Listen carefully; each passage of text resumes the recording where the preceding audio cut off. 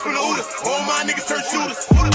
All my ops turn rats. All my niggas turn shooters. Shooters on the room. On the internet, you ain't been this right. You been stuck in a computer. Most talked about person in the world right now. Jeff, what's up with it, King? Living life, bro. How you feeling? I'm planning. Planning. That's what it's about. Where your mental at, though? Mentally, I feel like sometimes you be up, sometimes you be down, but I feel like mentally, the game that I'm in, I'm not into sports or you know, I'm not an actor, none of that. The game I'm in, no matter what, you want all eyes on you. I feel like right now, this moment, no matter how the eyes look, the eyes can look devastating, the eyes can look betrayed, the eyes can look however, no matter how the eyes look. And the game I'm in, you want all eyes on you. No matter how they come. I always pray for that. God, I want all eyes on me. No matter how the eyes look. I guess this is just him saying, hey. No matter how they looking. No matter how they looking. No matter how the eyes look. A lot of the eyes gonna be like, you did wrong. A lot of the eyes gonna be like, you right. Hey, before we get into all that though, like, you know what I'm saying, what's going on and, you know, the talk, whatever. That's the reason why I said I got Jeff. I want to talk. I ain't never seen you in no interview like speak on John Burr South or Lil Jeff. You know what I'm saying? Why not? I feel like just not even on no super manly shit or nothing like that. I feel like personally, I wasn't raised by like victims or men with like really, really touching feelings or like, you know what I'm saying? I wasn't raised by those type of men. I wasn't raised by the Wellers. I was raised by men that always said, keep going, no matter what, go forward. Because you got to understand, my mom got 11 kids. My daddy, he couldn't sit and be in his feelings about certain things because he still got 11 people to feed, plus my mom, plus him, plus his other kids. My daddy got 15 people he got to worry about every day. So he ain't have a chance to sit back and just focus on his feelings and feel certain things. I wasn't raised like that. I was raised by a man who just was like, go forward, because that's what matters. What matters is not sitting and just being stuck in the moment and dwelling on certain things. Like that ain't what life is about. When you living as a king, it's about going forward. I think I did that so much to the point where I forget to speak about certain things. I be forgetting to speak about Lil Jeff. What's your earliest memory? That's great. I ain't never had nobody that question. What's your earliest memory? Like if you could think of your earliest memory, like it's the first thing I remember as far as back I can remember. You know what I'm saying? My earliest memory was John Burr South, my hood, the hood I'm from, the projects I'm from, John Burr South. My brother Free Umfu, my brother, he burned the house down playing with matches. Because you know when you're in the projects, you got that big ass long metal heater connected to the wall that come in, the little snake looking heater. He playing with matches on that and it burnt down the whole building though. It ain't even burned down just our apartment, it burnt down the whole building. Damn. That's my first memory, like real life.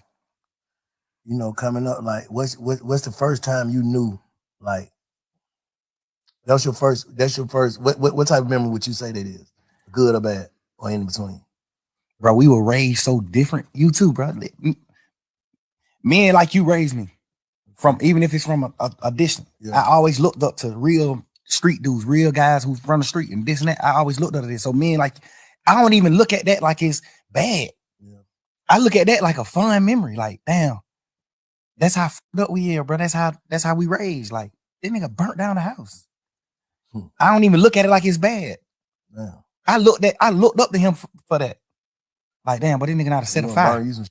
But this nigga know how to set a fire. At 5 years old, he know how to set a fire. I'm asking him, how the hell you set? How you do it? Like, that's just, I'm telling you, that's just how we were raised, bro. That's just how they feel. That's how we was raised for real. So, I know your first. I know you got some crazy memories. I was just saying when I asked you the question, I was just trying to think of mine, my first one, but I can't. But I would say, what's your first happy moment in life? Yeah. My first happy moment was when my mama moved out the projects to a house. When my mama moved into her first house instead of apartments, I was like, damn, bro, we got a house. The house was smaller than the apartment. My mama had got a 4-bedroom house. The apartment was 5-bedroom. You're saying not feeling so confined no more, like around a bunch of people. Now we got rid of some grass. Like, I got grass, I got a yard, I got neighbors, like houses. Like, I'm waking up, get on the school bus in the front of my house instead of the project. It was right across the street from the project though. But so it's just like, but that was like one of my first happy moments, and that I remember like as a kid. What's your first saddest moment? I used to go with this girl named Santana in Pool Creek. That's when we moved out of Jonesboro South. I moved out of Jonesboro South when I was like 3-4 years old. We moved to Pool Creek, which is right around the corner from Jonesboro South. And I started going with this girl that stayed like 2 apartments down from me. Her name Santana. I was going with her like, we probably like 5-6 years old, like kids. I was going with her, and we were sitting on a bench. And I think I was talking to another girl, and she got me, and she hit me with a stick, with a sword, with a real log. Scarred me right here and right here. Hit me with a log. Made you sad? Yeah, because it was like, dang, she broke up with me. I'm like, dang, I lost my girlfriend. Oh, yeah. What's the first time you feel like you felt betrayed? Like as a kid coming up or whatever. My first betrayal was like, because I'm a kid, so I wasn't introduced to the world or like niggas or friends.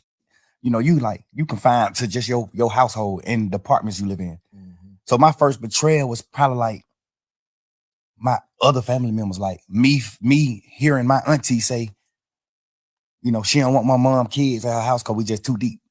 Like we got roaches in our house. Our clothes got roaches, so we might come to her house and some roaches might come out of ours. Now she got roaches in our house, and I understand it. No harsh feelings, but that type of shit.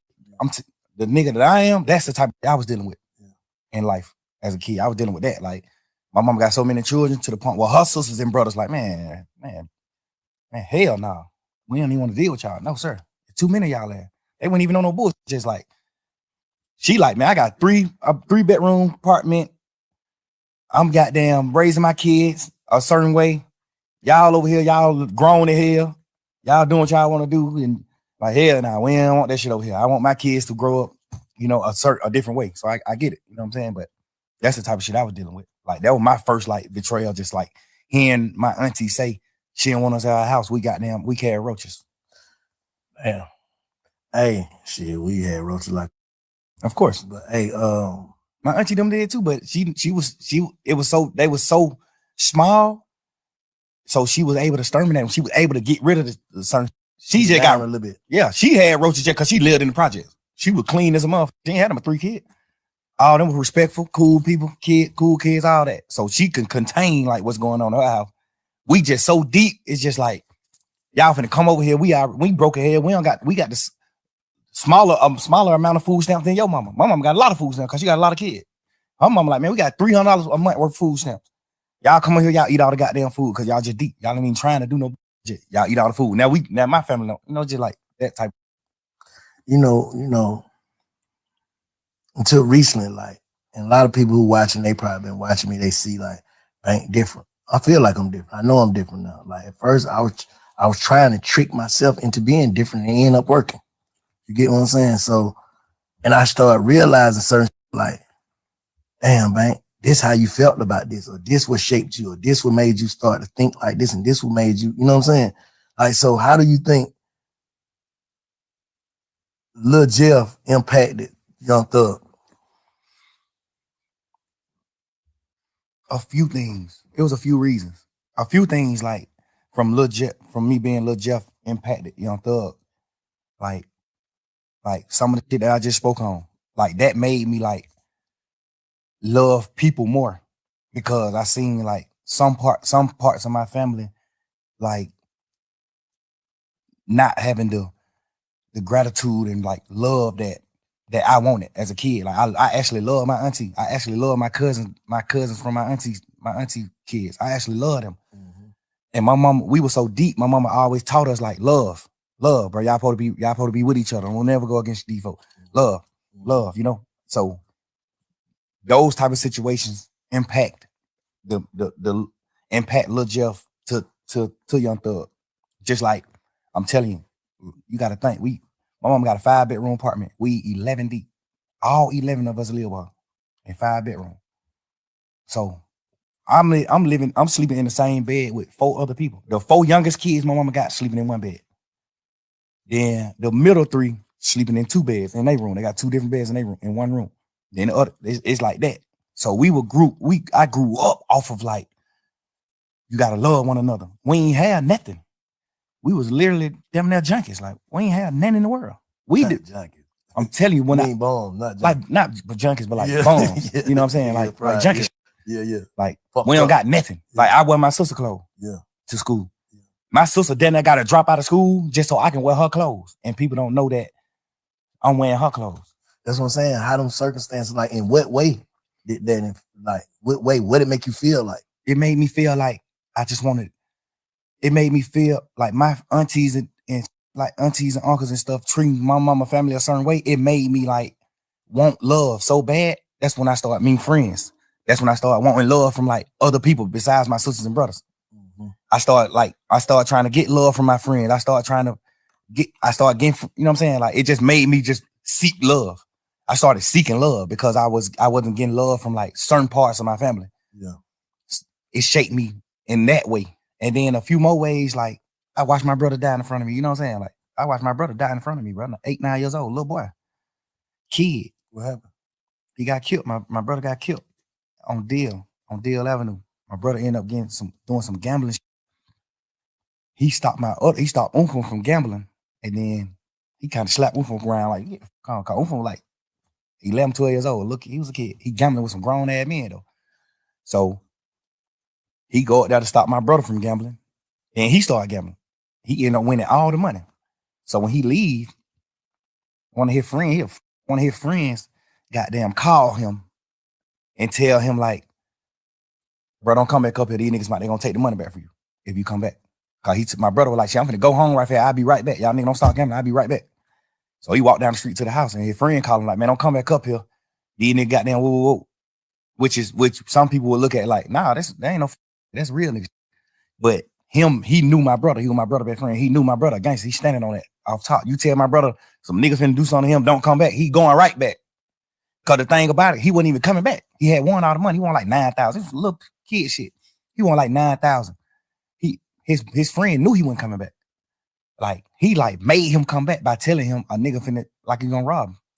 So he go right back up there and shoot a nigga. He go right back up there. Hey Ty. Who you just called me and said niggas said they gonna rob me? Who you said gonna rob me? The nigga Tyler.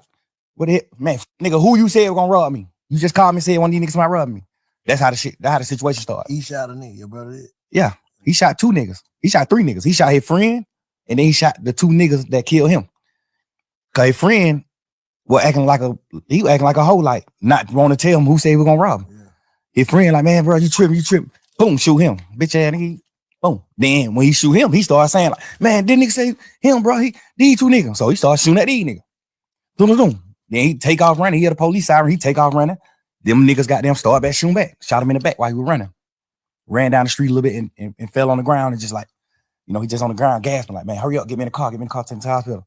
He just was telling us like, I feel like I'm dying. Like, I'm telling you, I feel like I'm dying, bro. I feel everything's slowing down. My heart rate, everything's slowing down. I feel like I'm dying. Y'all gotta, you know what I'm saying? I'm right here, bro. Little boy. I'm looking at my mama holding nigga hand like he going in shock. My mama like, Beanie, like, son, you hear me? You hear me? And he just like choking up blood, but he like, you can see he trying to say something, like he let her know, like, I hear you. He trying to say something, but he can't talk. Yeah. So my mama like, you hear me? Squeeze my hand. I'm holding one of his hand. My mama holding the other hand. She like, if you hear me, squeeze my hand, son. Squeeze my hand. Don't go, son. You squeezing our hand. I'm like, he still, you know what I'm saying? Like, I'm looking at this shit as a kid, bro. Like, so from that day forward, I always said, I'm gonna do something to the nigga that killed my brother.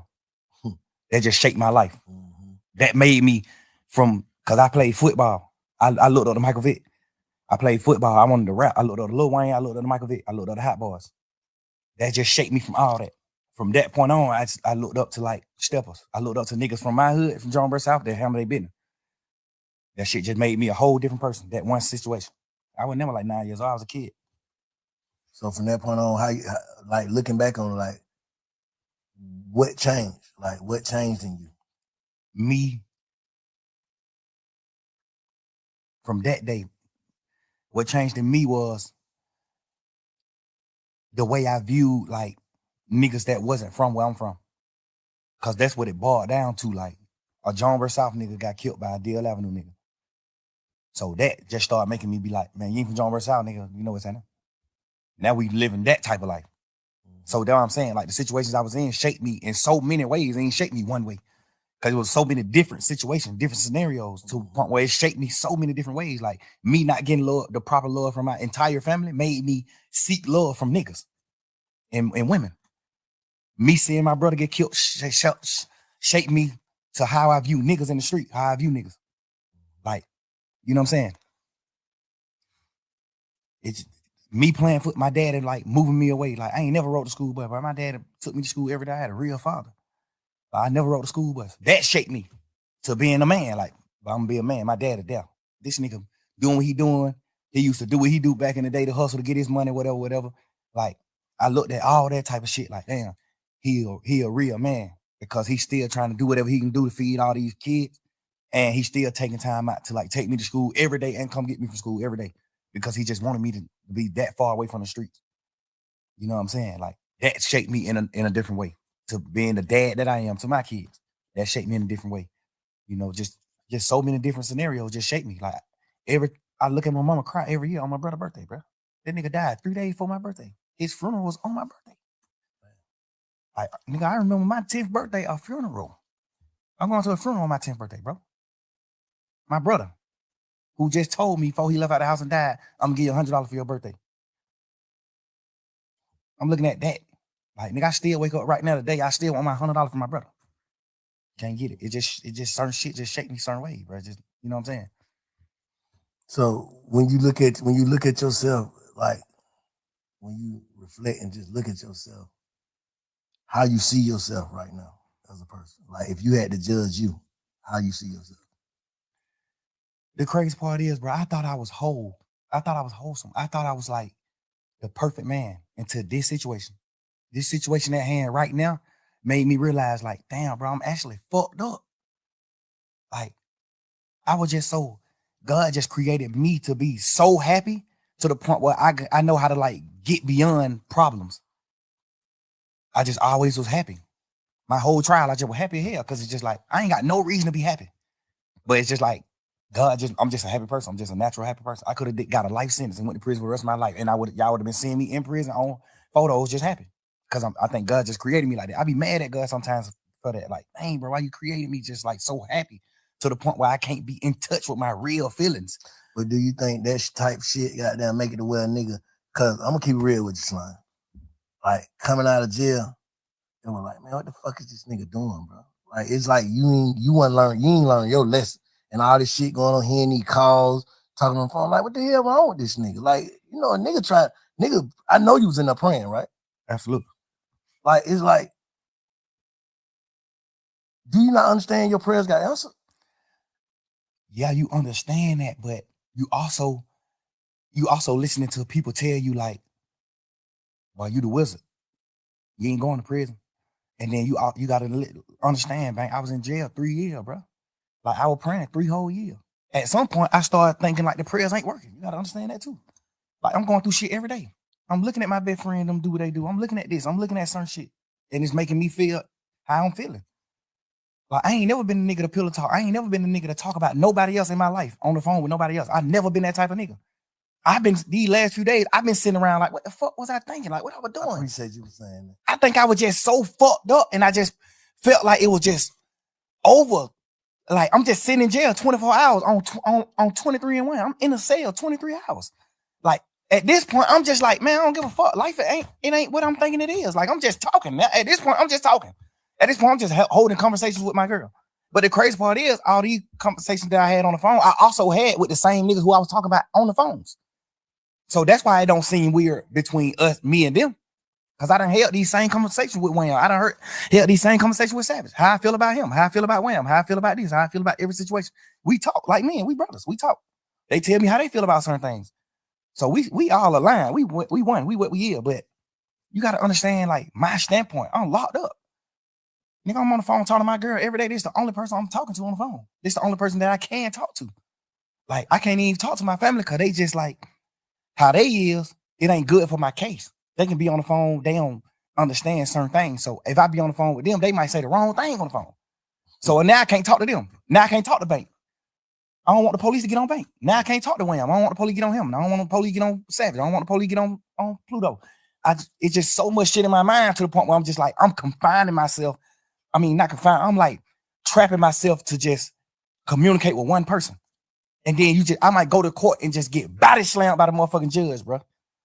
And then I just got to come back to the jail. Now I'm on the phone with somebody that I love, whoever it is I'm on the phone with. And they like, man, goddamn, or goddamn, they say this nigga right here been up pulling up on bro. This nigga pull up. Of course, I'm just like, bro, I just got body slammed by the jail. I'm just feeling how I'm feeling, bro. I'm just saying what I'm saying. Like, I ain't even tripping on that. I'm just saying what I'm saying. And I done told all these niggas these same things. But looking back on that, how you feel? You just said, goddamn, like, damn, you feel like you was tripping. I feel like I was tripping, but I feel like, because I ain't never did that shit like that. I ain't never pillow talk with no girl ever in life. I ain't never in my life held no conversation with no girl about no another nigga ever until jail. And I've been trying to figure out, like, why the hell was I even doing that? And then I just had to, like, think back to when I was in jail. Because I did a long time in jail. So I know how to think right back to when I was in jail right now. So you've been reflecting. Hell yeah. And that's another thing I don't even want to do. That's why I don't even respect the phone call shit coming out. Because all it do is make me think about when I was in jail, going through fighting for my life. All it do is make my girl think about those long ass conversations on the phone. We praying and we doing shit and hoping that I can get away from this shit and come out of it. Like, that's the weird part about this shit that's happening. Like, this shit, all this, y'all, this shit just like a fun moment in the memes on the internet and trying to just like tarnish my existence and just my real nigga shit, my real nigga life to like just to have fun with it. But not knowing, like, but this shit traumatizing the hell. This shit goddamn make me remember when I was in jail. This shit make me remember those dark ass days and moments I had, bro. This shit make my girl cry. She ain't even tripping about what we saying on the phone. Nigga, we said, whatever I say, I can say twice. I'm a grown man. I'm a man, nigga. Whatever I say twice. And I done said it to every nigga. They know that. So I ain't tripping on that part. I'm tripping on just like the world not knowing that. I'm tripping on the world just, oh, but look at this. Oh, hey, y'all, here go another phone call. Here go. It's just like, bro, y'all ain't understand what's going on. Let me say this. If you knowing that you told these people and you was on the side, how would you look at that? If you was from the sideline, just listening to Slime on the phone, on the jail phone, talking to Savage, talking to your girl, just about like everything, how would you look at that? If you didn't know, like you said, you done told the same people this, how would you look at it? It depends. If I was on the sideline and I never been in that situation, like no jail shit or fight for my life, I probably would look at it how people looking at it that ain't never been through shit. Okay. They probably looking at it like, man, you some bullshit. Why the hell you talking about? But if I was a nigga that had experienced certain shit, I would look at it another way. Mm-hmm. But and me personally, I'm a smart man. I know how to think. So if I see somebody else going through this, I'm the type of person to be like, man, I want to know what he think. Like, I want to hear what he was feeling. Like, why you do this? Why you said this shit on these phone calls? Why you was saying this shit on these phone calls? Because everything on the phone call came from questions being asked. Or they just putting out your part. Who you think putting that shit out? I don't know. I be looking at it like some of the niggas that's like mad that I'm pushing grown man business. I'm pushing. We ain't telling on nobody. We ain't no rats. We ain't doing it. It might be people that's like, it might be stemming from that. Cause do you think you inviting that energy though? Yeah, 100%. Overly. Yeah. Overly. But me just knowing how this world is, even if I wasn't inviting the energy, it still happened. It still would happen. Anyway. You can't just say that. I know it. You can't just Because you got to think, before the world even seen an interrogation video of me or anything, jail calls I had already got leaked. Jail call got leaked when I was in jail. Interrogation shit was already out too, though. Huh? Right. I'm just saying, all this shit was happening while I was in jail. But I'm saying So I I don't can't think it would be me personally, bro. This shit for me to use slang. I don't think it would be. It's like right now. Yeah, interrogation shit came out too, and there was some shit in there. We're gonna talk about that. There was some shit in there like, damn, slime, why you say that? Like, what the hell wrong with you? But at the end of the day, I'm saying niggas wouldn't want to be like, yeah, man, fuck that nigga. If it didn't come with, you gotta think, bro. If people's out here in the motherfucker like free slime to the death, like can't wait till you get out. But then when you got out, it was like he ain't learned. He's still the same. He want to go back. Just off of tweets and dissing and you know what I'm saying? That just like, damn, bro, like, you just did some shit niggas don't do. You just goddamn came home on some shit with goddamn damn near everybody telling. Nigga ain't supposed to make it back. And you back, that's God. So it's like, damn, it's like the universe too. What's making it like, yeah, spank him. I think personally, no matter what I came out of jail and did, it still would have came out one day. Me personally. I understand what you're saying. Because it still came out when the whole world looked at me as a real nigga. My jail phone call got leaked. They weren't pushing no narrative then though. It don't fuck the narrative. I'm just saying coming out, no matter what. I feel like no matter what, it still would have came out. I know it would have. You know what I'm saying? I feel like it still would have, no matter what, bro. No matter what I would have got out of jail and did, it still would have came out. Yeah. Just because it was public record. Yeah. Because at the end of the day, when the first shit came out, when the first few jail calls came out, or me and my girl just talking and shit, when those first few jail call came out, nigga, my team got in touch with the Cobb County people and stopped all of it. Like shut down the whole system. Now you can't go get none of that shit. Okay. So what they tell you? Somebody been had it. They got it back then. And they just waiting to release it. Strategic. No matter what I would have came out doing, it still would have got released. What about like? Because you can't go on the internet and get it right now. You can't go on Cobb County website and get it. It's been shut down for a year and a half. What about like contradicting shit? Like they say, you tweeted that you told y'all to take the take the plea. Yeah. But on the call, you told Savage. I ain't told that nigga that. Like, so that's like credibility. Like, damn, Slime, you said this, but this, you tweeted this, and goddamn, what one is it? Yeah, I understand that. And the thing is, when just say I'm in jail fighting for my life, this is just for people that don't know the law. Okay. I got co-defendants. I got 28 co-defendants. I got 28 niggas on the case with me. We can't have contact. We can't talk to each other. We can't be around each other. When I go to court, they got me on a whole nother motherfucking side of the courthouse. They got these niggas on different sides of the courthouse. Nobody is around each other because we co-defendants. We get another charge if we talk to each other. We can't talk to each other. Mm-hmm. So when I'm on the phone, a nigga like Savage, he know what he know about the law, but it's some things that he don't know about the law. Mm-hmm. So that's what slowed me down from calling niggas from jail, because he on the phone just having a normal conversation with his brother. And he just want to know what's going on. Like, shit, I just want to know what's going on, bro. Like, you seen your brother plea? You seen this? You know, he don't know the law. He don't know the side of the law where I got a co-defendant and I can't talk to him. So if I get on the phone on a jail call and tell Savage, yeah, I told Umfu to take his plea, that's another charge on me because I don't supposed to have contact with Umfu. So when I'm on a jail call talking to Savage, I got to say no. Hell no, I ain't told that nigga do that. Hell no. Because all they gonna do is take that jail call and play it in court. Now I got to attempt the court charge. Yeah. So when I'm in the jail, I can't say it. And when I'm in the jail, I'm like, hell no, I ain't told no nigga take no plea. No, I ain't did that. Because I got to do that. I'm on trial. I don't supposed to have no contact with him. If I say I told my brother to take the charge, all they gonna say is, how you told your brother that? You must talk to your brother. Boom. The lawyer can get in trouble. All type of shit can happen. I'm on the phone all the time. Hell no. I ain't tell that nigga take no charge. Fuck no. I mean, I ain't tell him to take the plea. No. But when the case over, can't nothing happen to me by saying that. So when the case over, hey, let me clear this up just for the world to know. Because I told Savage no. I told Pluto no. Like, I told a few niggas who asked me like, hey, bro, you told your brother to do that? I'm like, hell no, I ain't telling him to do that. So obviously niggas that I fuck with in the streets, in the world, they looking at it like, all right, your brother did what wrong. You ain't tell your brother to do that. Mm-hmm. So I got to clean that up.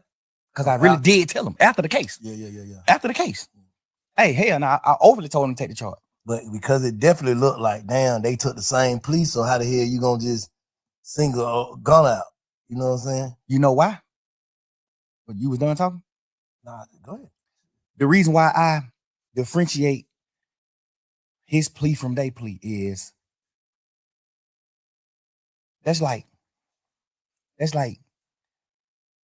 you telling your son to do something versus you not telling your son nothing and he do something. Mm-hmm. I told my brother to take the plea. We had a week and a half conversation, talking a week and a half. Every day in court. My first time seeing the nigga since we been in jail. We crying each other, all type of shit. I'm like, bro, get the fuck on. This nigga been in prison his whole life. You think that nigga give a fuck about going to prison? Boy, that nigga a man, gangster. Stand on that. Home don't give a damn about no sentence. Home told me every day in court, he told me, hell no. Boy, you tripping, bro. Boy, I'm rocking. You my brother, nigga. You my real live brother. Like my mama had. Your mama and we got the same mama, nigga. You my brother. If you go to prison forever, I'm going to prison forever. Fuck that. He's just a freak nigga. That's how he looking at it. Hell no. Nigga, I'm crying to this nigga every day.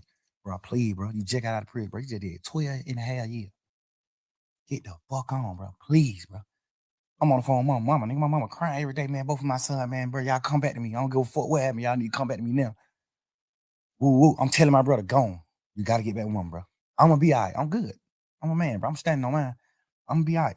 I need you to go, bro. That nigga crying to me, boy. Bro, you understand what you telling me to do, bro? No. I'm a man. That nigga just had a life sentence, nigga, for not telling. He not a rat. No matter how you gonna look at nothing. This nigga just did a life. That nigga just had a life plus 10 prison sentence for not telling. They got this nigga on the phone. Life plus 10 for the crime. Yeah, for not telling. Yeah. Nah, they know he didn't do it. They know he didn't do it? They know he ain't do it. He got a life sentence. You know how that motherfucking judicial system is, bro. They know. They got the nigga who did the murder on the phone 2 days after he did the murder, talking to somebody on the phone like, man, y'all niggas stop playing on my money. I just had to step on the nigga a few days ago for playing on my money. They got him on a wired phone call saying this. They know who did the murder. They know who committed the murder. When we had cameras at the house, when the murder got committed, my brother was in the house. Unfun was in the house sleep when the shit happened. They got cameras from like other people's houses and shit of my brother leaving out the house after the murder. His best friends them was convicted of doing the murder. And they was in my mama car. Nigga, my brother still in court every day of his motherfucking life. Still to this day. Told the judge, I don't know them. The judge like, dumbass nigga, we got phone calls with you and them on the phone. We got a phone call with you and them the night of the murder. They just talking about other shit, just talking about going to the club, fucking with hoes, all that. And the nigga just like, shit, I'm gonna pull up. I'm gonna come get you. The nigga dodging coming to my house because he know my mama gonna ask for her car. So he like, man, you gotta walk around the corner, get in the car. Like they on real phone calls on each other. My brother still in this motherfucker fighting every day, saying, I don't know them. They lying on me. The judge just sought it to him just because of that. Like, oh, you playing game. They offer that nigga immunity. They know he ain't do it. They offer him immunity. Hey, man, you tell exactly what happened, because they saying, one of the niggas saying, you brought the gun to them. One of the niggas saying, it's 3 of them. One of the niggas saying, Unfun did the shooting. One of the niggas saying, Unfun didn't do the shooting. He just brought us the gun. Mm-hmm. They like, why y'all didn't just come to the house and get the gun? Because we was in his mama car. And if we would have pulled up in the driveway, his mama would have made us leave her car. So we called Unfun and told him, hey, come around the corner and meet us and bring us the gun. We finna go to the club. They just like, hey, bring my file. We finna go to the club. Bro, goddamn, suppose, I don't know if he did it or not, because he still ain't told me to this day. I don't know if he did or not, take them the gun. But when he take them the gun, they ride off and gone, and like they finna go to the club and do what they doing, but they end up, well, that's what the court say. I don't know the case. The court said that they robbed some Mexicans, and one of the Mexican bucked, and they shot him, and the Mexican died. I don't know if that's true or not. I'm not saying it's true, but this is what the case was. They saying my brother took the gun to them, and then one of them killed the Mexican, which we don't know if that's true or not. Mm-hmm. Cool. Goddamn, they got one of the Mexicans that didn't get shot. One of them got killed, and one of them they let run away. The one that ran away said, my brother is that nigga probably about 5'7", 5'8", red as a motherfucker, real Mexican, Chinese nigga. The Mexican that didn't get shot said the third guy that walked up was a tall black man with a ski mask on. That they said, how you know he black if he had a ski mask on? He said, I seen his hands. His hand was black. So my brother, off top, everybody know that ain't him. They know 100% he didn't do the murder. He just got a life sentence because he wouldn't tell. They granted him immunity. Then take it, man. Fuck y'all. Grant to what? I don't know what happened. I don't know nothing about that. I'm telling you, bro, just man to man. I can't put no rat on him. I can't. I'm telling you, I seen Shawty stand up and Shawty was 17 years old. Shawty was a kid. Shawty stood up in the paint, bro. Shawty got a life sentence. So let me ask you something. Did his plea say the same shit Gunna plea said? Like, is it the same? Like, did he have to agree to the same shit? Guess what you wouldn't believe, man? I ain't never seen your plea. I ain't never seen bro plea. I swear to God. Just handle your business. Just go home. I told him, cause he had did 12 years on the murder. And then his lawyer got him a new trial. Like, they fucked up in trial. The lawyer got him a new trial. So now he out of jail waiting to get tried for the murder again. They ain't gonna never try him for the murder again because they know it ain't nothing he doing. He ain't do that. So he wasn't gonna never get tried for it again. They were gonna just like goddamn keep resetting the trial date for the rest of his life. He would never go into court again. That's what the lawyers say. Like, they ain't finna do nothing with that case. They can't beat him. So I told him, well, if you do take the plea, make sure they add your murder case in the plea. Make sure they dismiss your murder case in the plea, because you still got to do a new trial. I'm saying they did that. I don't think they did it. I think when they went to them with the plea, I think they were like, the plea is out of the murder shit. We can't do nothing about the murder shit. If they could, they would have. But the state was like, we can't do nothing about the murder shit. Like, it's a new trial. Like, it ain't nothing, we can't get involved in that. That's up to the court. So I guess that's what they like. We can't add that shit in there. So that's when he like, shit, I'm definitely doing a plea then. Now we having a week and a half conversation every day, bro, in court every day. I'm sitting in the cell crying like, bro, please, gotta go, bro. Mom, dude, don't leave folk out of their mind. These folk can't function. Go on. One of us need to go right now. I don't need you right here with me. You just did 12 and a half. I don't need you right here with me, bro. This shit finna be 3-4 year process. I don't need you doing that, bro. So who did what's right on that case? Everybody who on the case did what's right, except the niggas who took the pleas in the beginning of the case. Except them. The niggas who took the pleas in the case, that's who did what's wrong. They took the plea and agreed that YSL was a gang. They saying that we got a RICO and YSL is a criminal street gang. All of us on this trial, all 28 of us saying YSL is not a criminal street gang. Because by the book of gangs, the law that solidify you as a gang, we don't come to terms with none of that. So it ain't a gang. In real life, it's really not a gang. When it comes to the gang book, done did some shit separate on their own. Yeah, it's just a lot of crimes that happen, and they just saying, "Oh, YSL a gang?" Off of all these crimes that happen. But the law that makes an organization a gang, the law that makes an organization a gang, we don't meet none of the criteria. So we not a gang. No matter how y'all try to twist it, we not a gang. You see what I'm saying? Yeah. We got every lawyer in this motherfucker saying we not a gang. So who you look at in that shit that took the plea that you be like, oh, I can see how he took the plea? Nobody. Dude. Okay. Nobody else. On phone. All right. Because, and I ain't like saying, oh, he didn't goddamn do us wrong, or he didn't do this. One thing I know is he ain't taking the plea. If I don't make him take the plea, he ain't studying that plea. So why Duke ain't wrong? I just want to know. Like, why? Because Duke plea was from Duke. All Duke said in his plea, he didn't say YSL was a gang or none of that. All Duke plea did was said that Yak was right about telling on him, about what they talked about. Duke plea was just what Yak already had told the police about him. You see what I'm saying? Hold on. You said Duke just agreed to what Yak said. Yes. So Yak, you saying Yak threw Duke up on the bus and he just said the nigga telling the truth on me. Yeah, because if he say that he not, then Yak got to take the stand on him. Because Yak plea agreement say he got to take the stand if Duke go to trial. That was a part of his plea. What I'm saying? On that case. So Yak say ain't nobody, he was on Big Face. He said nobody ain't go to jail for what? He said he just was in there running his mouth and what's his name? Interrogation room. So how he? What you mean testify? What the hell you talking about? When him and Duke caught their case, Duke was going to trial. What kind of case it was? Goddamn, they got caught in a car. They had no license and they had 2 guns on them. Okay. And they went on a high-speed chase. They took Georgia State Patrol on a high-speed chase. So when they get locked up, this is what their charges is. Theft by receiving stolen property, which is the guns, and well, I think it was one of the guns. Oh, I don't know. I know they had theft by receiving and then no license because they were driving. They was in the car, but they had a license. Stop playing.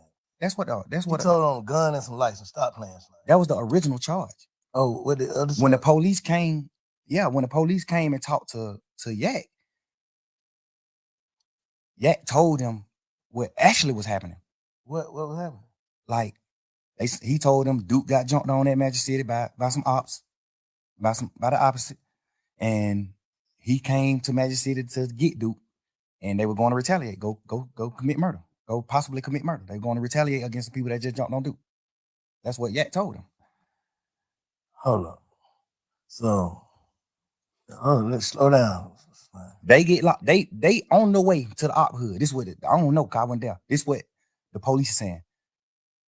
They got caught with some guns and no license, and he turned that into what? He told them what really was happening.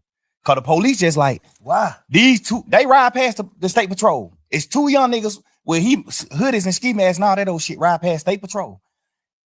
State patrol get behind them. They go on a high-speed chase. They go on a high-speed chase. They wreck the car. They get out the car, run. Well, one of them get out the car and run. One of them stay in the car. That automatically make it fishy to me. Who stayed in the car? I think Yak stayed in the car. He but 2 people who ran who stayed in the car. Yak stayed in the car. That's what I heard. Okay. Yak stayed in the car. Duke, when they crash, Duke get out and run. Okay. And toss one of the guns. Got away. Nah, he got caught. He ended up getting caught. Okay. Yak goddamn. Some people told me that Yak ran too, but some people told me that Yak didn't run. Yak stayed in the car. So if me and you go on a high-speed chase, right, and we both know what we doing, we know what we're going to do. If the state is right, we know what we're going to do. The police get behind us, we go on a high-speed chase, crash the car. We get out the car and we run it, man. If I get out this car and run and Bank stay in this car, the only thing on my mind is Bank finna tell on me. Or Bank finna, even if you ain't finna tell on me, I'm finna think in my mind, Bank finna tell the police it's him. Like, cause what you stand in the car for? He must know, he must got out, basically. Like he must got out. He must know something I don't know. If we supposed to run, basically what you saying. Like if you don't run when the police is chasing you, you the one driving. You take them on a high-speed chase. If you don't get out and run and you get out and let Duke run, you got something you finna tell the police. Not even if you finna tell the police, hey, I don't know, officer, I'm an Uber. We were just riding. This nigga, I don't know what the hell he got going on. He just hopped out and ran. You finna say something? Like, I don't understand why you not finna run. Yeah. Which is not bad. And that ain't really bad to me. Because if you could spin 12, you can spin them. If me and you go on high speed chase and I hop out and run and you don't, all you can say is shit. Man, I know that young nigga from the hood. I don't even really know his name. Man, that young nigga told me to drop him off at the girl house. Man, I was on the way home. I was finna drop this nigga off at the girl house, man. When goddamn y'all got behind me, but I know I can't go to jail, boys. But the young nigga got a gun, but I know I can't go to jail. So I just went on a high speed chase. Like, you know, you can it's ways you could flip it and then make it good. Like, all right, cool. I understand why you sat in the car. If you can flip it, you can flip it. So I ain't gonna say he sat in the car because he was gonna tell, but I'm gonna say it's weird that you sat in the car. Like, so what? All right, fast forward. If you sat in the car. All right, fast forward to what the facts. You say he Duke got jumped on at Magic City. Okay. Call yet. This supposedly. I don't know. Allegedly. Yeah. Duke got jumped on that Magic by some opposites. He called Yak. Yak come get him from Magic. Him and Yak get in the car and on the way to the ops hood. They on the way to the ops hood to retaliate, to go handle their business. Like, niggas just jumped on him, he finna go handle their business. They ride past the police next to the ops hood. They on the ops street when they ride past the police. The police get behind them and turn the lights on. They go on a high-speed chase. They crash. They get out and run. They get caught. They in jail for driving no license and firearm in the car. This the charges. Mm-hmm. The police come question Duke. Duke don't tell Duke, like, man, suck my dick. No. The police go question Yak. Because I think Yak was in some more trouble too. So the police go question Yak. So I guess that's his way of being like, shit, but I I got to try to get myself out of trouble. I'm in deep trouble. Like, even though Duke got this little bit of that case, I got the same little bit of that case, but I got more shit. I'm on probation. I just got out of jail. Yak got a deeper rap sheet. So I thought he said he took the charge though. I thought Yak took the charge. He said goddamn, ain't nobody go to jail but him. Like, he don't want this time, and Duke Duke went to jail, bro. No, I'm saying like convicted. Basically, like Duke got some probation. Duke got convicted. He got probation. 6-month probation. I think he got a year probation. So Shawty went to the Fed though, so he had to take the gun charge. No, he went to the Fed because that was like his 5th, 6th time getting caught with guns. So your 5th, 6th time getting caught with guns. Now the Fed's involved. Now the Fed like, hey man, they keep getting caught with guns. Now the Fed snatch you. Now the Feds give you the gun charge. So you can't take the gun charge. The Fed gave you the charge. The Feds gave you the charge. You didn't take you running around saying you took the gun charge for Duke. Now you didn't. In your interview, you said the gun was my gun, but I gave it to Duke. Everybody know in a court of law, if you say, hey, this is my brick, but I gave this motherfucker to a bank, whoever is in possession of this brick, that's who brick it is. That's a fact. Whoever in possession of this gun, that's who gun it is. I don't give a fuck. You can tell the police 1,000,000 times this your gun. Duke get caught with this gun. This motherfucker is Duke gun. I promise you that. That's how they go. So the Fed snatched him, and when the Fed snatched him, his charge in the Feds was the gun charge. It's because he had more than one, but like the Feds just were on him. Like, we on him. He keep getting caught with a gun. He done beat murder charge, all type of shit. He done beat murder charge all that. So the Fed already on him. He get caught with take the stand. Why? I'm saying. Oh, so Duke didn't go to trial. That's why he. No. The thing about it is, I don't know if it's true or not, but Yak told Duke, man, just take the little probation shit. And I feel like he told Duke that because he didn't want his interview to come out. Because if Duke go to trial, you got to take the stand. It's a part of your plea. So you tell Duke, man, take the probation shit. Ain't nothing but a year probation. Take that shit, man. You tripping. Go on forward with your life, man. So Duke take the probation thinking like, shit, my brother took the charge. I'm gonna take the probation for even being around it. They just charging Duke with it. So they give Duke a year probation. Duke take the probation. Word in the street is Yak told Duke to take the probation. I don't know how true that is or not, but a lot of people that said Yak told Duke to take that probation. A lot of people, reliable sources, said that Yak told Duke to take the probation. I feel like he told Duke to take the probation because if he didn't, he was gonna have to take the stand on him. And he didn't want to take the stand because he already got to go to jail. So you saying he would have took the stand and the Fed wouldn't have picked it up, basically? Yes. If Duke, no, it don't matter if the Fed pick it up or not. If Duke go to trial, if Duke don't take the plea, Yak got to get on the stand and Duke trial. That's his plea. His plea was this. You get out of jail. You do this. But if Duke go to trial, when Martinez want to go to trial, you must take the stand and speak truthfully about what you told us in this interview. That's his plea. If Duke go to trial, he got to get on the stand. That's Yak plea. And if he'd have took it and she got on trial, what they would have did, that would have fucked the case up or something? Who? That would hurt the case. Like if Duke would have went to trial, Yak would have had to take the stand. Duke would have got fried. What the hell you mean? In the goddamn interrogation, Yak told exactly what happened. Oh. Yak told, hey, man, I ain't even finna play with y'all in here, man. I'm gonna just tell y'all the truth. That's what happened. This is what he say in the interview. In the interrogation, man, I ain't even come to play with y'all for. I don't even, man. Whatever I can do to goddamn try to make this shit light on me, bro. Like, they like, man, what's going on? Goddamn, ooh. Obviously, the DA's already wondering, like, why the hell y'all nigga on the high-speed chase right here next to the ops hood? They don't know that Duke got jumped on at the club, though. This under wraps. It's low. We keeping it low. Just street shit, keep that low, going on. Goddamn. So, when Yak tell them, Duke got jumped on that magic. We was on the way to goddamn go straight up hood. That's why in the interrogation room, he was saying shit like, they were like, oh, so you and Duke finna go kill? He like, I ain't gonna shoot. I was driving. How I'm gonna drive and shoot? Duke gonna shoot. He say all this shit in the interrogation. You know what I'm saying? Like, that's the interrogation room. He's saying this shit. And he took a plea. And his plea was, when Duke go to trial, you gotta take the stand. So what's the difference between Duke in the interrogation room and that interrogation room, you in the interrogation room? What's the difference? Duke never was in the interrogation room. I mean, not Duke. Yeah. The difference with me and Yak's situation is Yak in the interrogation room telling that Duke did the crime. Yeah. Not no bullshit, no funny shit in that. Go ahead. Yeah. Ain't even no harsh feeling. I ain't Yeah, mad at nobody, none of that. Yeah, Like, yeah. But what's I the live and learn. I want to know what the difference is. I want to know your perspective on what's the difference between him being in the interrogation room talking and you being in the interrogation room talking. The difference is he told that Duke was locked up for these crimes. He told the police what Duke did. Mm-hmm. Like you told on Duke. That's the difference between his and mine. I didn't tell on Roscoe. I try to free Roscoe. But I'm saying Roscoe didn't shoot at the bus. Yeah. We be serving these niggas when they come to Atlanta. He ain't shoot at this bus. They ain't beefing. Yeah. That's what I'm telling the police. Yeah. Any street nigga in the world gonna understand that. Any street nigga in the world not finna say, oh, I read it, or I did what wrong. No nigga. But what about the niggas who feel like you don't supposed to mention other niggas' name in front of the police though? The police mentioned the names. I just gave them my stories. Okay. The police mentioned their name. I ain't bringing no nigga name up in the interrogation. The police mentioned these nigga names. I brought Guap name up, but I brought Guap name up to talk about my dealings with Guap. Like, I'm signed to Gucci. I'm not signed to Bird. Yeah. That's why Guap name came up. You know what I'm saying? I ain't bringing no nigga name up. You acting like I'm in this motherfucker saying, oh, Big Bank Black, a nigga who the police don't know. I'm naming Superstar. The police know every one of these niggas. You acting like I'm bringing the nigga name up there. I ain't saying you. I'm just saying, I ain't saying you. I'm saying like the world. Y'all acting like I'm goddamn bringing up a nigga name, putting a nigga on the police radar. Man, I'm talking about full-blown superstars. I'm talking about signing.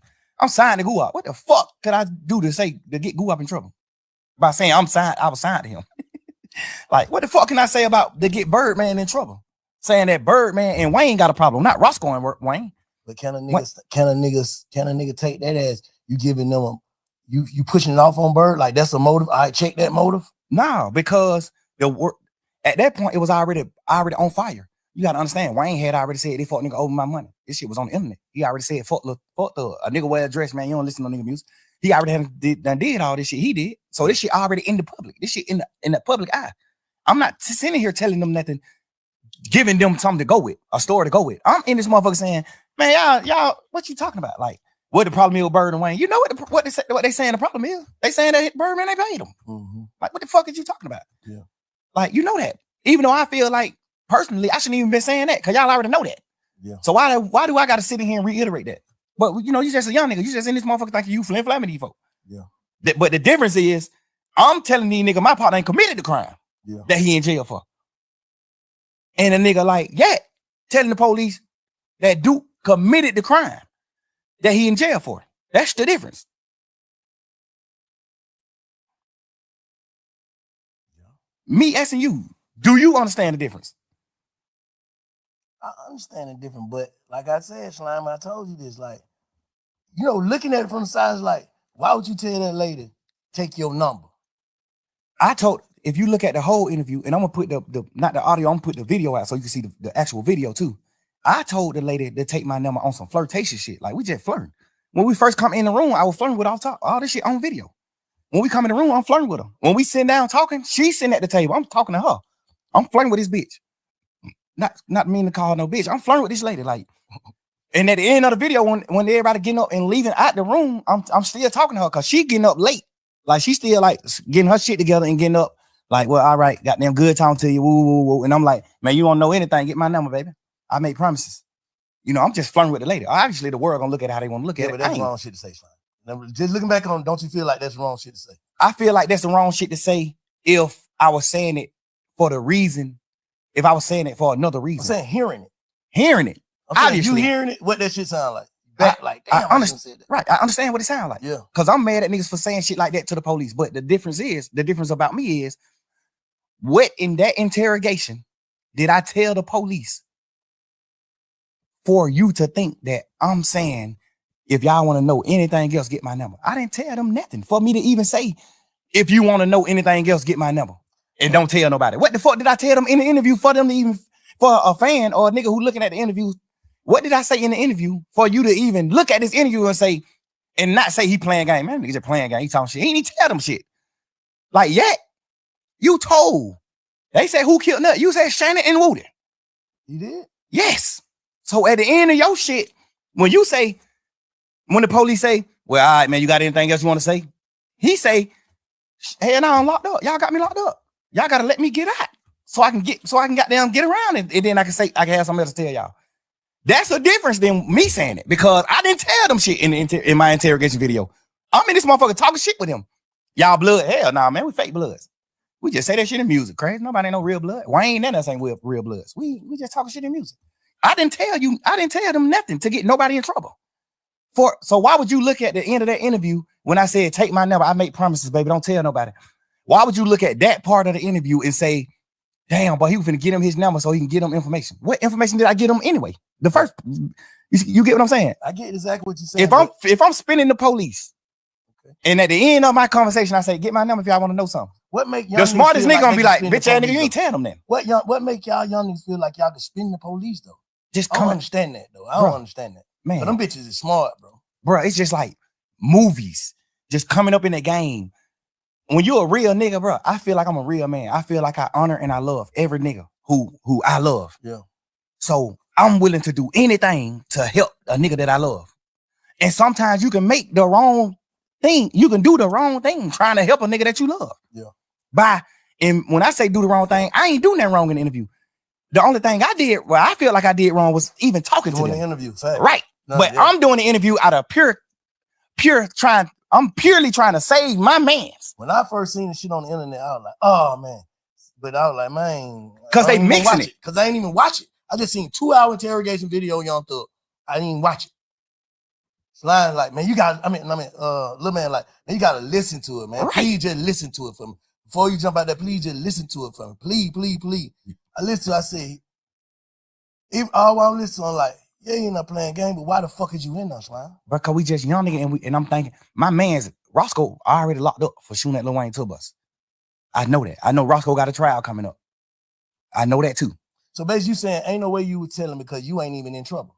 I'm not even in trouble. Soon as they come in, they say, you ain't in trouble. We ain't talking about nothing dealing with you, none of that. We just got some conversations that we want to have with you. What click in my mind, this my turn to help my man. This my chance. We just young niggas, bro. We high hell, we on drugs. I'm just thinking in my mind, but this my opportunity to help my man. He ain't supposed to be in there. He no hot one. Who, me? I ain't blown the sandwich. Oh, for real? They get niggas who tell that type of food. They get niggas like me who I ain't finna tell them nothing. They give me the blown sandwich. I ain't give them nothing. They gave you blown sandwich. But them folks try to give me blown sandwich. I ain't even eat it. I'm like, man, I ain't eating that shit, man. I think I opened that shit up and ate the cookies or something out of it. I ain't even eat this. I probably did eat the sandwich. I was so burnt down on what I'm saying. Like, I was burnt. But I didn't get the luxuries because I ain't get them then. They would have felt like ain't giving me something to eat. Because I asked them in there, like, man, y'all ain't gonna give me that bill? Like, God damn, this thug, bro. Like, I'm a motherfucking millionaire, bro. I'm doing what I'm doing. Like, y'all gonna try me like you would have blown that motherfucker? Like, give a nigga something. Y'all gave this nigga chili wing hot pepper. What, you know what I'm saying? God damn, give me what y'all gave this nigga. I know why y'all ain't gonna give me what y'all gave him. Cause I ain't getting you nothing. You don't get nothing in return. You don't get me doing nothing but denying my partner involvement with that tour bus shooting, denying me being in a blood, being in a gang, denying Birdman having something to do with the shoot with Lil Wayne tour bus shooting, denying me being signed to Birdman. You don't get nothing but denial from me. You don't get nothing but denial from me. Everything I did in the interview was on purpose, nigga. Man, that's crazy. So let me ask you something though. Now let me tell you something, matter of fact. Because I've been hearing all this shit. And you know what I'm saying? A lot of this shit valid. You know what I'm saying? You did do whatever, however. But fuck that. This is how I feel, Slime. Me to you. I know you said this shit probably would have came out or whatever. This would have happened, that would have happened, this would have happened. But what I'm saying is, even in there, I don't feel like you realized what you was going through. And then when you got out, I don't feel like you was focused, bro, the way you should have been. Like, I feel like you taking your blessing for granted. That's just how I feel. Like, I ain't here to condemn or goddamn protect. I ain't here to do nothing but get your perspective and feel your energy, bro. So what I'm telling you, and I'm hoping you feel mine, I'm saying, I feel like you probably got out of jail and truly went with the narrative y'all went with. What was it? Truly humble on the gut. Yes, sir. I don't feel like you came home humble, bro. Enough. And I don't know. I'm just saying, I'm from the sideline. I talked to you when you first got out, first day you got out, you gonna live and comment on through. I was like, what I say? But fuck all that. Get home and get to it. Nothing else. I don't feel like you did. I feel like you came home playing again, bro.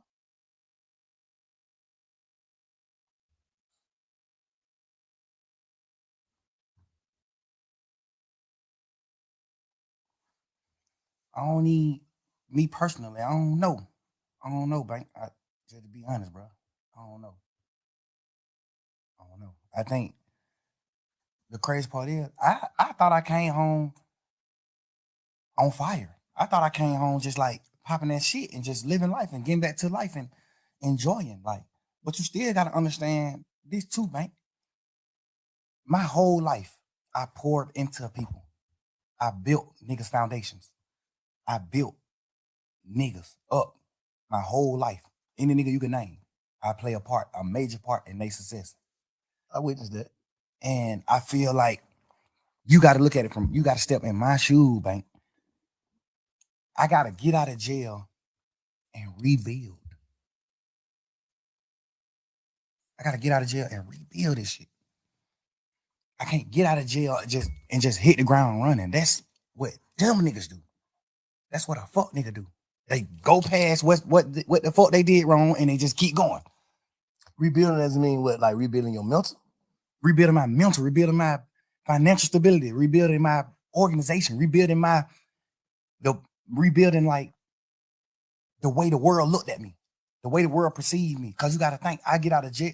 I spent my last 10 years every day with my friends. And we building, we showing the world, this how you supposed to be, this how brothers is, this hood is, this how we supposed to do it, this what we doing. So I get out of jail, now I don't got them friends no more. So I just get out of jail. I'm used to being with them. My last 10 years, I've been with them every day. So I get out of jail, now I gotta learn how to not be with them. And not because they dead or they went to prison or they did it, because they betrayed me. I can't just get out of jail just going forward, bro. Like, I thought I was though. But this situation at hand just let me know, like, damn, you ain't going forward. You wasn't going forward. But then I look at it like, damn, why I ain't going forward and not going forward like success? Because I don't look at them niggas like they successful. I ain't moving on. Why I ain't moving on? And I think like, because I got to rebuild. So do you think watching a nigga look as if they like Gunna? You think watching Gunna look as if though he ain't hurting about this shit or moving on, that shit hurting you even more? You don't like the word hurt. I see how you looked at that. But a nigga gotta know when they hurt, bro. Cause the only thing you're explaining is you talking about betrayal. Those words bring heartbreak. Yeah, but bro, we gangsters, bro. We men, bro. We bosses, bro. Ain't no such thing, bro. I cried on the internet about that. Give a fuck. I ain't that gangster. I know. Nigga, our heart is fragile. Cause I look, and I said this, and I just seen on, I don't listen to all them jail calls too. I'm like, man, what the hell this nigga talking about today? But I said, I listened to that motherfucker, and you said something like, cause I had already told Lil, I said, bro, the reason why Slime, and it's just me, I could be tripping. The reason why Slime ain't fuck with Gunna, cause he already done put the word out and stamped it to niggas, and he gotta stand with these niggas. Not saying it's right or wrong. It's like, shit, how the hell I'm finna make these niggas fuck up their friendship or whatever, they camaraderie with the nigga, and then I come home. I feel, and then I ain't never told you this. I talked to Gunna when he first got out of jail. I was trying to get an interview with him. He like, man, I ain't worried about none of these niggas saying, I know my brother in that box fucked up. I was just in that motherfucker fucked up. That nigga mind ain't right. Whatever. I don't give a fuck if he is telling these niggas fuck me. If it ain't fuck me when he get out of jail, they're my brother. You know what I'm saying? I love that nigga. I know he love me. He knowing I wouldn't have did that shit. I triple asked them folk, is this gonna affect my brother? That's what he told me. I took it for face value. That's what he told me. That ain't the truth. I'm just telling you, I'm on the outside looking in. I'm just telling you what he said. That's what he said. He said, oh, I ain't saying that the truth he said. I'm saying, yeah, that's what he said. He like, I'm just waiting on his word. I don't know, cause his lawyer could have told him. His lawyer could have fed him some bullshit. My lawyer's just a real one. Brian, a real man. He gonna tell you, hey, this what we got strength at in this trial. This what we lack at. This what you fucked up at in this trial. This what you got their ass. So that's part of the reason why I took my plea. Cause he like, you gonna win the case 100%. You gonna get acquitted. But you can't get acquitted for the shit that they found in your house. It's in your house, the house in your name, everything. Like, even though it ain't your shit, they still got it. The law tell the jury, you must charge the owner of the house with these items if it's in his house. So Brian always told me, like, this is where you gonna get convicted at. This is where I feel like you could get convicted at. He said, you still can win it, for sure. I think you're gonna win it. But I can't tell you, I can't be no bullshit like these other nigga lawyers. I gotta tell you, hey, this is where you strong at. You strong at every corner of this case, except this one. The shit they found in your house, you not strong in that. No matter what. 9 times out of 10, you will get convicted of this. No, I'm thinking about you saying like you had to rebuild, you had to move on, and niggas from 10 years. You had your partner that been with you 10 years, and then every day. But I used to see you and Gunna every day. Like every day, like to the max. Like you don't do that every day, but it was a different every day with you and Gunna. What I'm saying is that shit like a marriage. You dig what I'm saying? So it's like you having your wife, bro. And this ain't even just your wife. She came in with you. She came into the relationship bossed up, millionaire, doing this shit. She came a bomb. She came with nothing. You made her a millionaire. You foundated her. You built her with all honesty. Like you built her just on some honest shit. Not even on no, I'm finna build this project. It's just like, damn, boy, I look at this little nigga like my little brother. I love that nigga. I'm finna try my best to help that nigga do something. I ain't even know this nigga rap when he first came around me. I just was just like on some shit like, man, everybody with me, I'm taking them with me. We going with, I'm finna figure it out. If he don't rap, I'm finna, whatever we put on this internet and the fans say, what the fans commit him, the fans put on him, that's what I'm finna make him go with. If we get on the internet, he don't even gotta be a rapper. If the fans say, but then nigga got this shit, the nigga drippy as a motherfucker. But I'm finna make sure you first as a motherfucker every time they see you. Like I'm just gonna do whatever I can do to help my niggas. Yeah. Or my girl, like whatever. I'm doing whatever it takes. You know what I'm saying? So have you ever actually sat down and thought to yourself, how do I really feel about this? Not how, well, I take it back to this. How do Jeff feel about this before I saw my brother get killed? How would he feel about this? About what? About Gunna, period. Just all the way. Like, how do you, like, I'm trying to get you to tap into, like, how do you really, really feel? I know how we know how we supposed to feel about shit. Fuck that nigga crawl me. That's how we supposed to feel. Like how you really feel. How you really feel about this shit. Like, I really, really feel. I feel like Truth word. King Truth. That's where King Spider come from. King Truth is the big homie. Where you might King Truth, our big homie. Yeah. I honor Truth words to the T, no matter what. I'm with him to the T. He not a bad man. He a real man to me. What I identify as a man. I honor his words. He told me before he died. He didn't tell me on his dying bed. He just told me before he died. Gunna is my son. Take him with you, thug. Get him out of the hood. Get him out of Shady Park. Take that boy with you. That's my son. And then just so happened, he just ended up dying. And I honor his word. Bro. I took that nigga with me everywhere, bro. This my man's, bro. Whatever you will. All the bullshit that I knew about you, all the shit you did, the shit that sitting on the porch talking about your cousin and them there telling on the goddamn to the Crime Stopper people. All this shit. I knew all this shit later on, but I knew this shit. And I just found a way to love you. You know what I'm saying? I knew it. And I just love you because I just honor Truth word.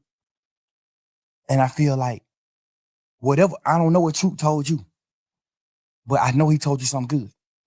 And I feel like you just didn't honor the word. You ain't honor that, bro. You ain't even honor brotherhood. We ain't even talking about Truth. We just talking about brotherhood. We from the street, bro. You know how hard it is for us to become successful men? Make millions of dollars? If a nigga take me from where I'm at, sleeping on my mama's motherfucking couch, to making millions of dollars, I'm dying before I go against him. No matter what, I'm gonna die before I go against him. No matter what. I don't think he feel. Like I said, I ain't here to goddamn protect or condemn nobody. I don't feel like he crossed you though. Me personally, as a man, me knowing him, he's smarter than he looked. Gunna's a smart man. He let his silence make you think other things about him. He's a smart man. He's strategic. I taught him how to be. The thing about it is, when it come down to being real, the strategicness go away from me when it come to being a man, like standing on man business, a man. I know how to be strategic, but I forget to be strategic when it come to that. I'm gonna say the truth. I'm gonna pour it out what it's supposed to be. Life to him is just all about being strategic. It ain't about nothing about being a real man or like coming to grips with what's going on or just like knowing like I did that. You know what I'm saying? It's gonna always be some strategic shit behind it. So like it just came out the blue. You know, usually when niggas, if you the nigga you describing, you would have been saw that though. So you saying this just came out the blue with that case? Or? Nah, but the crazy part is, bro, he done already did some shit that's a violation. Like, don't nobody really know about it but me and goddamn Cash, XO, my brother. He already done did some shit that was a violation that I supposed to cut him off for. He already done did some shit where I was supposed to cut him off for. I just found a new way to love him. And I try to be how y'all live. I try to look at him from a different light and be like, maybe he ain't understand. Maybe he ain't know. I know he knew though. Maybe he ain't know. The only reason why I knew he knew is because he denied it. Instead of saying, damn, bro, I ain't even know. A nigga that don't know gonna say, damn, I ain't even know that. A nigga that know what he doing, what he gonna say? Hell no. I denied it. Like, hell no, right? Hell no. Like, that's just how the circle of life. That's how I go. You gotta understand, bro. I had him man with me every day since late 2015. I had him man with me every day, bro. I made that man I made him a millionaire. Like, I bought his first apartment that he lived in. I bought it with my money. I made him put his money up. Keep your money. I bought it with my money because I had a little extras. I bought that shit. I went half and half with you to buy your mama house. Your mama first house, get her out of the hood. I did that. Me. I told you to go down there to the country town and get your daddy, no matter what your differences is with your daddy. I told you that. I know for a fact, me personally, I know your dad don't look at you like a real nigga. I know that. This my man's. Your dad is my OG. He don't look at you like that. I made you go get your dad. I made you reunite with your family and do the right thing. I just poured my all into him, bro. I gave this nigga more time than my children, bro. I gave him more time than my kids. I gave him more time than my old lady. Like, I poured my life into these people, bro. Like, every second. I went half on your mama house and bought your mama house, bro, because you didn't have the money. I went half with you. I bought your brother his first truck and let you present it to him like you bought it. Your brother on the internet, man, yeah, fuck that nigga thug. Like, nigga, you don't even know what's going on. Like, you don't even know, bro. Relax.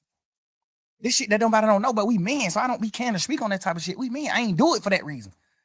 I did it because I just honor my brothers, my friendships and brotherhood. I honor that shit. I love you, bro. So, man, that's cool. So you still love him? Bro, I poured so much into this nigga, I can't even hate him, bro. In jail, I thought I hated him when he took the pleas and shit, when they did that. I thought I hated these niggas. Nigga, my girl made me realize, like, but you don't hate him. You just mad at him. Yeah. You don't hate him, bro. You hate him motherfucker, you stop talking about him. Why you hate a nigga, you on a whole nother type of time. Yeah. You stop talking about him. Like, but I don't wish no ill will on him. No ill feelings at all. Stop the man album though. That shit hit the way. That fucked up. Like, because I was just angry. Okay. But it seemed like nobody understanding why I'm angry. Like, bro, all the shit I did for this nigga, bro. Like, what are you talking about, bro? I put my whole label, my whole shit behind it, boy, man. Like, nigga, you think Key, dad, you think Key will respect you, nigga? As a man, you think Key to respect you for what you did, bro? You to my RIP Key, bro. You know Key ain't gonna respect you for what you did to me, bro. You know that. You know Key ain't gonna respect that. You know ain't no real man gonna respect that. You did that, bro. Stand on it. You did that. Everybody talking about why he ain't say it and why he quiet. What can you say? What can you say? If you was Gunna, what can you say? If you was him, knowing everything you know about this shit, what can you say, Bank? If you was him, just think of something you think you can say. If you was in Gunna's shoes, what happened? I can't really put myself in his shoes. I'm just saying. But sometimes, guess what, bro? Feelings. That's the fucked up. What I think he should say. If everything you saying is valid, I think he should call you and have a conversation. But would you take a conversation? Because niggas don't. You gotta think. I don't think I'll take the conversation. All right. So what can I say? I know that. I ain't even talking about what can you say to me or nothing. He might want to say something, but he know. So I don't want no conversation. So what can I say? I feel like you portrayed a certain image as soon as you got out of jail. Because nobody know you did what you did in the courtroom. So as soon as you got out of jail, you portray. As soon as you get out of jail. For like a couple hours. Yeah. Yeah. Like you got out portraying a certain thing, a certain image. Woo woo. You saying these words. You saying goddamn this and that. You saying this when you first get out of jail. You saying all this shit. Then the video come out. Then it's just like, but this what the world got to start doing, Bank, including you. We got to start putting ourselves in people's shoes.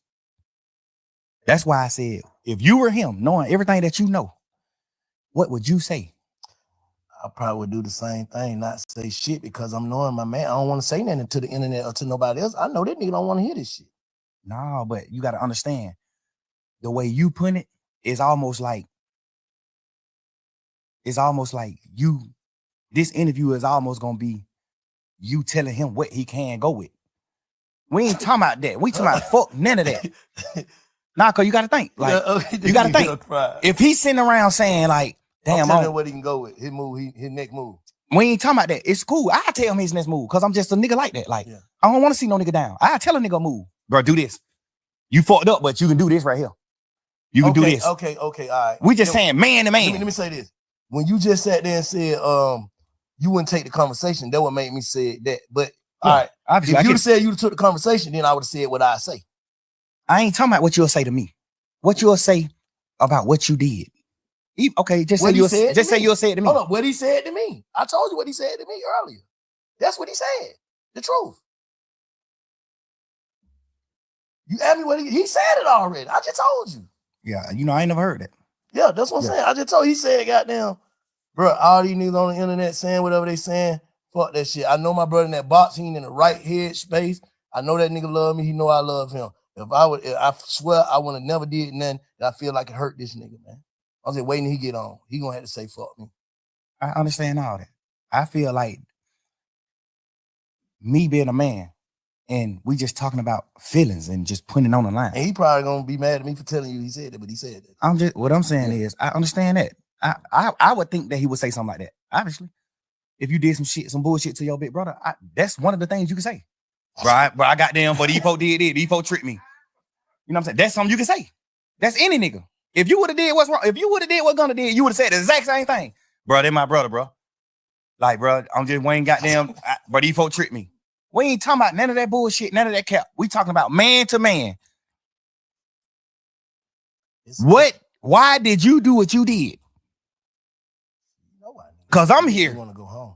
Cause I'm here right now in this interview telling you why I did what I did. Cause I'm a man, nigga. If I'm wrong, I'm wrong. If I'm right, I'm right.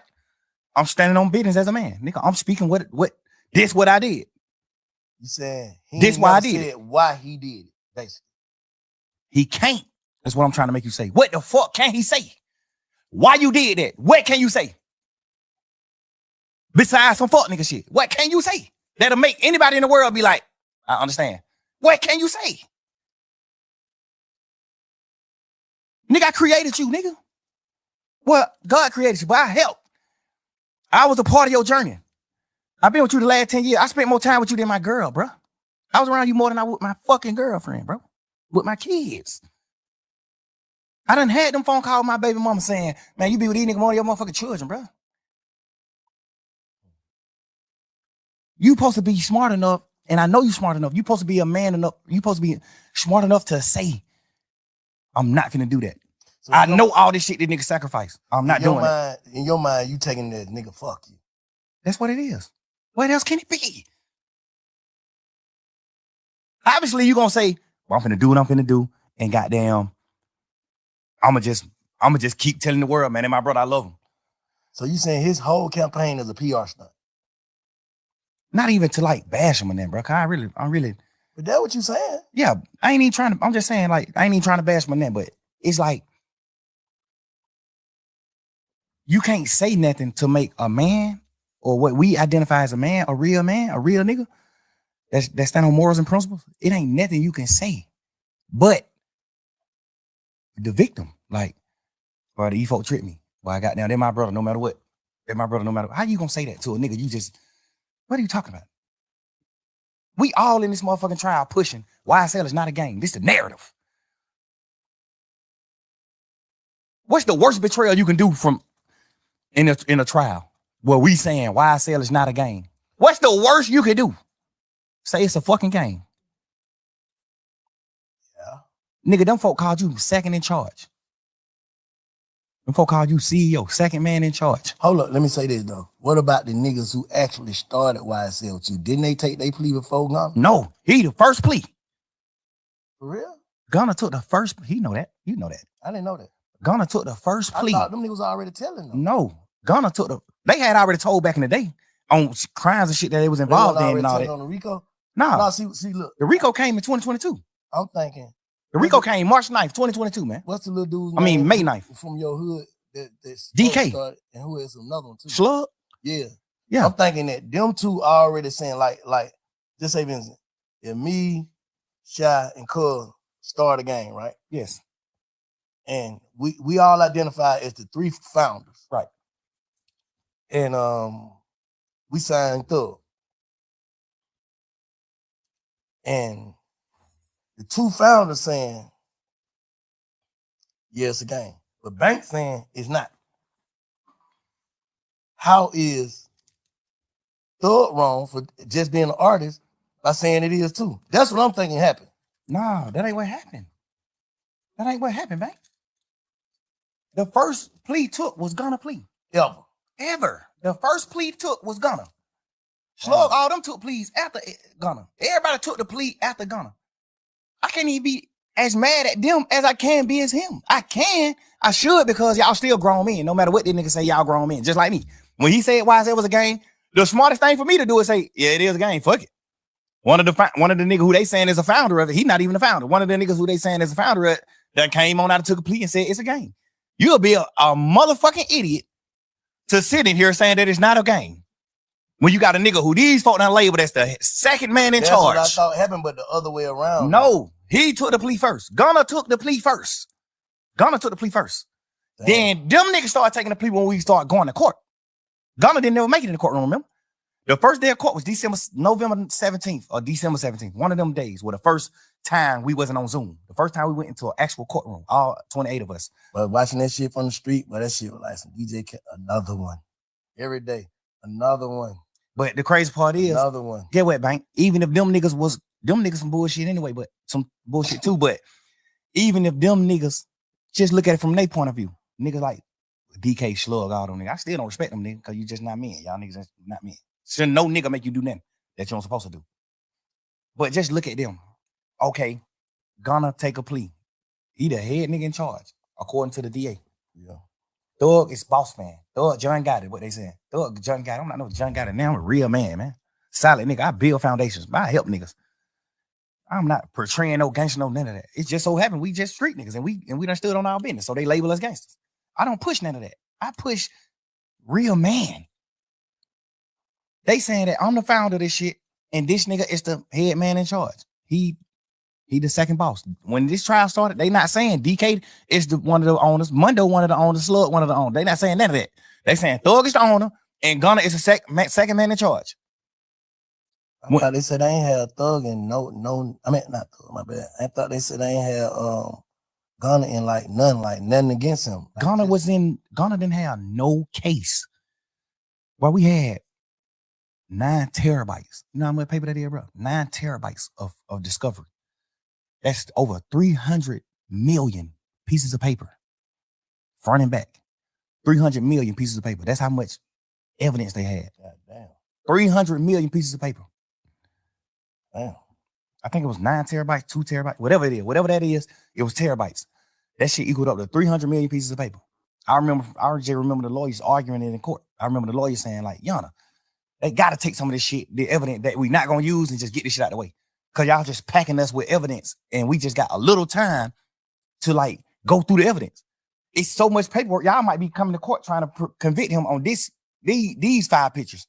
But you got 16 million pictures. I remember just going to court arguing about that type of shit with the lawyers. Like, judge, we trying to dumb this shit down. Some of the shit they know they not using. So we need to know what they really using so we can focus on it. So it can be a fair trial. It need to be fair. Mm-hmm. So I'm saying that to say, out of all that paperwork, bro, Gunna's name went on one piece of paper out of 300 million pieces of paper. You know that? Yes. hold up. Let me. I get you, Slime. Let me play devil advocate right now, okay? And I ain't trying to protect or defend or offend nobody. I'm just gonna keep saying that. What I'm saying is, all right, y'all ain't talking, right? Y'all ain't talking. Yeah. So I mean, Gunna. Yeah. While we locked up. Yeah. Nah. Okay. I called a few times trying to talk to him, but they were just giving me the runaround. That's when I started figuring out then, like, yeah. all right, I don't get it. Your girl, his mama, you know what I'm saying? The women in your ear, like, they done got you in some, basically. You ain't on no paperwork. So basically, it's just like when Umfum called his case and went to jail all that time for nothing. That's how he would probably feeling like, I ain't finna go to jail for nothing. I understand it. Okay. I'm just saying, like, I'm just putting that in perspective. I overly. Because you got people that's watching this don't give a fuck, know nothing about no street code, no nothing. I know, but we talking about street niggas. Okay, yeah. We're not talking about none of that. So you we ain't consider talking Gunna about no as a street motherfucking nigga? white boys who went to college. We talking about street niggas. You consider Gunna as a street nigga? Yes. And not an artist? You portraying a street nigga. Okay. You talking about no telling in your song. You talking about street nigga. You talking about stepping on shit. You talking about all type of shit in your music. You standing on street nigga business. You do everything street niggas do. That's a fact. You are portraying a street nigga. If you're not a street nigga, don't portray it. You portraying a street nigga. Street nigga aneurysms. You portray every one of them. Nigga, that's a fact. I look at you like a street nigga. You my little brother. I love you to death. I look at you like a street nigga though. I don't look at you like a dork or no lame or none of that. I look at you like a fly nigga. You just kicking your pimping and doing this and that. But I definitely look at you like a street nigga. Okay, look, let me say this. And this is the last thing I'm gonna say, because I don't want to sound like I'm trying to offend no nigga, but can you look at it like, bro, you got it. You had to be in a fucked up mindset if you played guilty knowing you wasn't guilty. Overly. That's one of the things why I always, that's why I'm at the point now where I'm like, I feel like my back against the wall and people ain't heard me out. So now I understand his point of view. Like, damn, that's why I say shit like, I would love to hear what he got to say. Cause then I can actually judge him. Tell it to you. Tell it, say it, nigga, say it publicly. Don't tell you me. Publicly said YSL is a criminal street gang and it must end. You publicly said, yes, ma'am, when they said, I know 3 or more co-defendants on this case. Well, 3 or more co-defendants on this indictment, which is the 28 niggas. I know 3 or more niggas that committed these crimes: murder, attempted murder, aggravated assault, damage to property, shooting at houses, petty car thefts, armed robberies. You said, I know 3 or more people on this indictment that has committed these crimes publicly. They asked you that in the courtroom. You said, yes, ma'am. First of all, you don't know nobody on this case. All 28 niggas, they from John Burr South, Cleveland Avenue, and other places like that. He from the South Side. He don't know nobody on this case. Guess what's so weird? Out of all 28 people on this case, all you know is 3 niggas. Me, Gunna, and Duke. That's the only niggas you know on this case, Gunna. So when you said, yes, I know 3 or more niggas that committed these crimes, who the fuck is you talking about? Me, Gunna, and Duke? Because we the only niggas you know anyway. I know you could have been talking about anybody. It's cool. But just so happen how the dice roll, you don't know nothing but 3 niggas. So who the fuck you could? Like, if he would have went to trial, the state, if his shit was getting used in trial, which it was, unless I got out the case, his plea agreement was gonna get used in trial. I know they saying like, oh, he ain't had to get. I thought an Alfred plea don't mean that. Yes, he had to get on. He ain't had to get on the stand. You know they pushing all those narratives. He ain't had to get on the stand. He wasn't gonna testify against nobody. Yes, he was. If you look at the end of his plea, that shit say this plea agreement could be presented in trial, and if any questions come up about this plea, however they wrote it, if anything come about this plea, you must come testify truthfully about what you said in this plea. Nah. Nigga, look, every one of they plea said that, except mine. Every plea said that except mine. In Lil 9. Every one of them nigga who took a plea in the beginning of that trial, plea said that. Duke plea said the same thing. Oh, you ain't got to get on the stand. Duke had to get on the stand. The week the case was over with, Duke was getting on the stand that week. The week all of us went on and took our pleas at the end of the trial. Duke was getting on the stand that week. Duke was outside the courtroom, sitting on the bench, waiting to get called in to get on the stand. So how Duke did what right then? Because he didn't say why I said it was a game. He only said, when y'all put Duke on the stand, Duke can't send nobody to prison. Duke plea only saying that a nigga told on him. Okay, I'm right. When nobody on that case but Duke and Yak. Yeah. Only thing Duke plea said was, this nigga Yak told on me, and I'm just agreeing to it. Because if I don't agree, I'm gonna have to go to trial, and Yak gonna get on the stand on me. So he gotta take the plea. Mm-hmm. The thing I don't respect about Yak is, before we knew Yak told, when Duke took the plea, I was pushing the narrative like, that fuck nigga Duke did what wrong. Like, damn, but my best friend? Why Duke you do that? I'm pushing that shit every day in trial, every day. Yakson right here with me, bro, every day. Yak, my little brother, I love this nigga to death, bro. I got this nigga by my house. The house this nigga mama living in right now, I paid for this house. Bro, you sitting right here with me every day, bro, face to face in this trial. Me, you, and Shannon, the last 3 niggas on this trial. And Lil Quay them, I mean. Me, you, Shannon, Lil Quay, and Lil Rod. We done got down to 5 deep, 6 deep. You know how we is in this motherfucker. Man, back against the wall. Fuck that, nigga, we rocking. Fuck these niggas. These niggas left, we gone. Fuck that. We rocking. You sitting in this motherfucker every day with me, 2 years straight after them folk took their plea. And you let me paint this narrative to you, Shannon, and you agreeing with the narrative that Duke told on you. We sitting back in the back of this courtroom when we on trial every day. I'm coming back in the courtroom. We coming back from in the courtroom. When we leave out the courtroom, we go in these little cells behind the courtroom. Mm-hmm. We sitting in these cells. I'm in these cells. We just talking like men, like brothers. Damn, but that nigga Duke, bro, I can't believe Duke, bro. I kind of can get it with Yak. I mean, with Gunna, cause he done betrayed me before. So I kind of get he'll betray me. But I'm looking at Duke, like, Duke my best friend. Duke been with me the last 20 years. Like, you my best friend. I'm from John Burr South, you from John Burr Road. Duke my mans. Duke name tattooed on me. Duke my mans. Gunna too, Yak too. These my boy. Like, these my boys. You sitting in this motherfucker every day.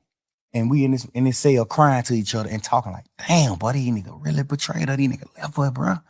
This nigga Duke now fucking. Cause Duke plea sound crazy. Duke plea saying, yes, I got jumped on that Magic City. Yes, me and Yak went to go retaliate and commit murder on the opposites. Yes. So Yak sitting on the trial with me. So I'm looking at it like, Duke, you took that plea and said that? Fuck, nigga, you did that? Why you just told on Yak? I'm sitting in this motherfucker every day with Yak. Every day. I'm sitting in this motherfucker with Yak every day. I'm like, what damn, this fuck nigga Duke just crossed you like that, bro. This nigga Duke just got you sent to prison, bro. You going to prison yet? But Duke just got you sent to prison, bro. Damn, Duke. This fuck nigga sitting in here with me every day saying, man, fuck that nigga. Man, fuck them nigga, bro. We gotta goddamn, when we get out of this shit, we make it out of this situation, bro. We gotta go forward, and it's just us. We ain't hang with none of these niggas. We ain't fuck with these niggas. Fuck these niggas. Bro, these nigga told on me, bro. These nigga did that, bro. Damn. Every day. We did this shit every day for about just under 2 years, bro. We was on trial every day. The whole time, when them niggas took the plea, the whole time from that day forward, we just sitting in this motherfucking cell just going through it every day. Like, damn, but these nigga did that. Knowing damn well the whole time you told on Duke. Duke took the plea because you told on him. And if Duke didn't take the plea, you would have had to get on the stand on Duke because that was your plea agreement. Your plea agreement was if Duke go to trial, you got to get on the stand and testify that you and Duke was going to go kill these niggas because they jumped on Duke. You got to get on the stand and say that because you said that in your plea, sir. If you get on the stand and you say something different than that, they're going to treat you like Moontoon. You going to prison. You got to get on. That's why Moontoon went to prison. Yeah, because he said this in his plea agreement. Yes, Thor, when Nut died, we pulled up on Thor. He gave us some money to lay low. We did this and did that. He said it in the plea. But one thing I do respect about Moontoon is when he was doing his plea, you know, you negotiating back and forth with the state. So when Moontoon was doing his plea, he was telling them to take that out. Like, hell no, that ain't what happened. When Nut got killed, we didn't pull up at Thor condo and he gave us some money to lay low. That ain't what happened. Thor didn't pay us to kill Nut. No, he was saying take all that shit out the plea. Like, hell no. But the state tricked him like, we ain't taking it out the plea, but you can agree to it now. And when you get on the stand, you can speak your truth.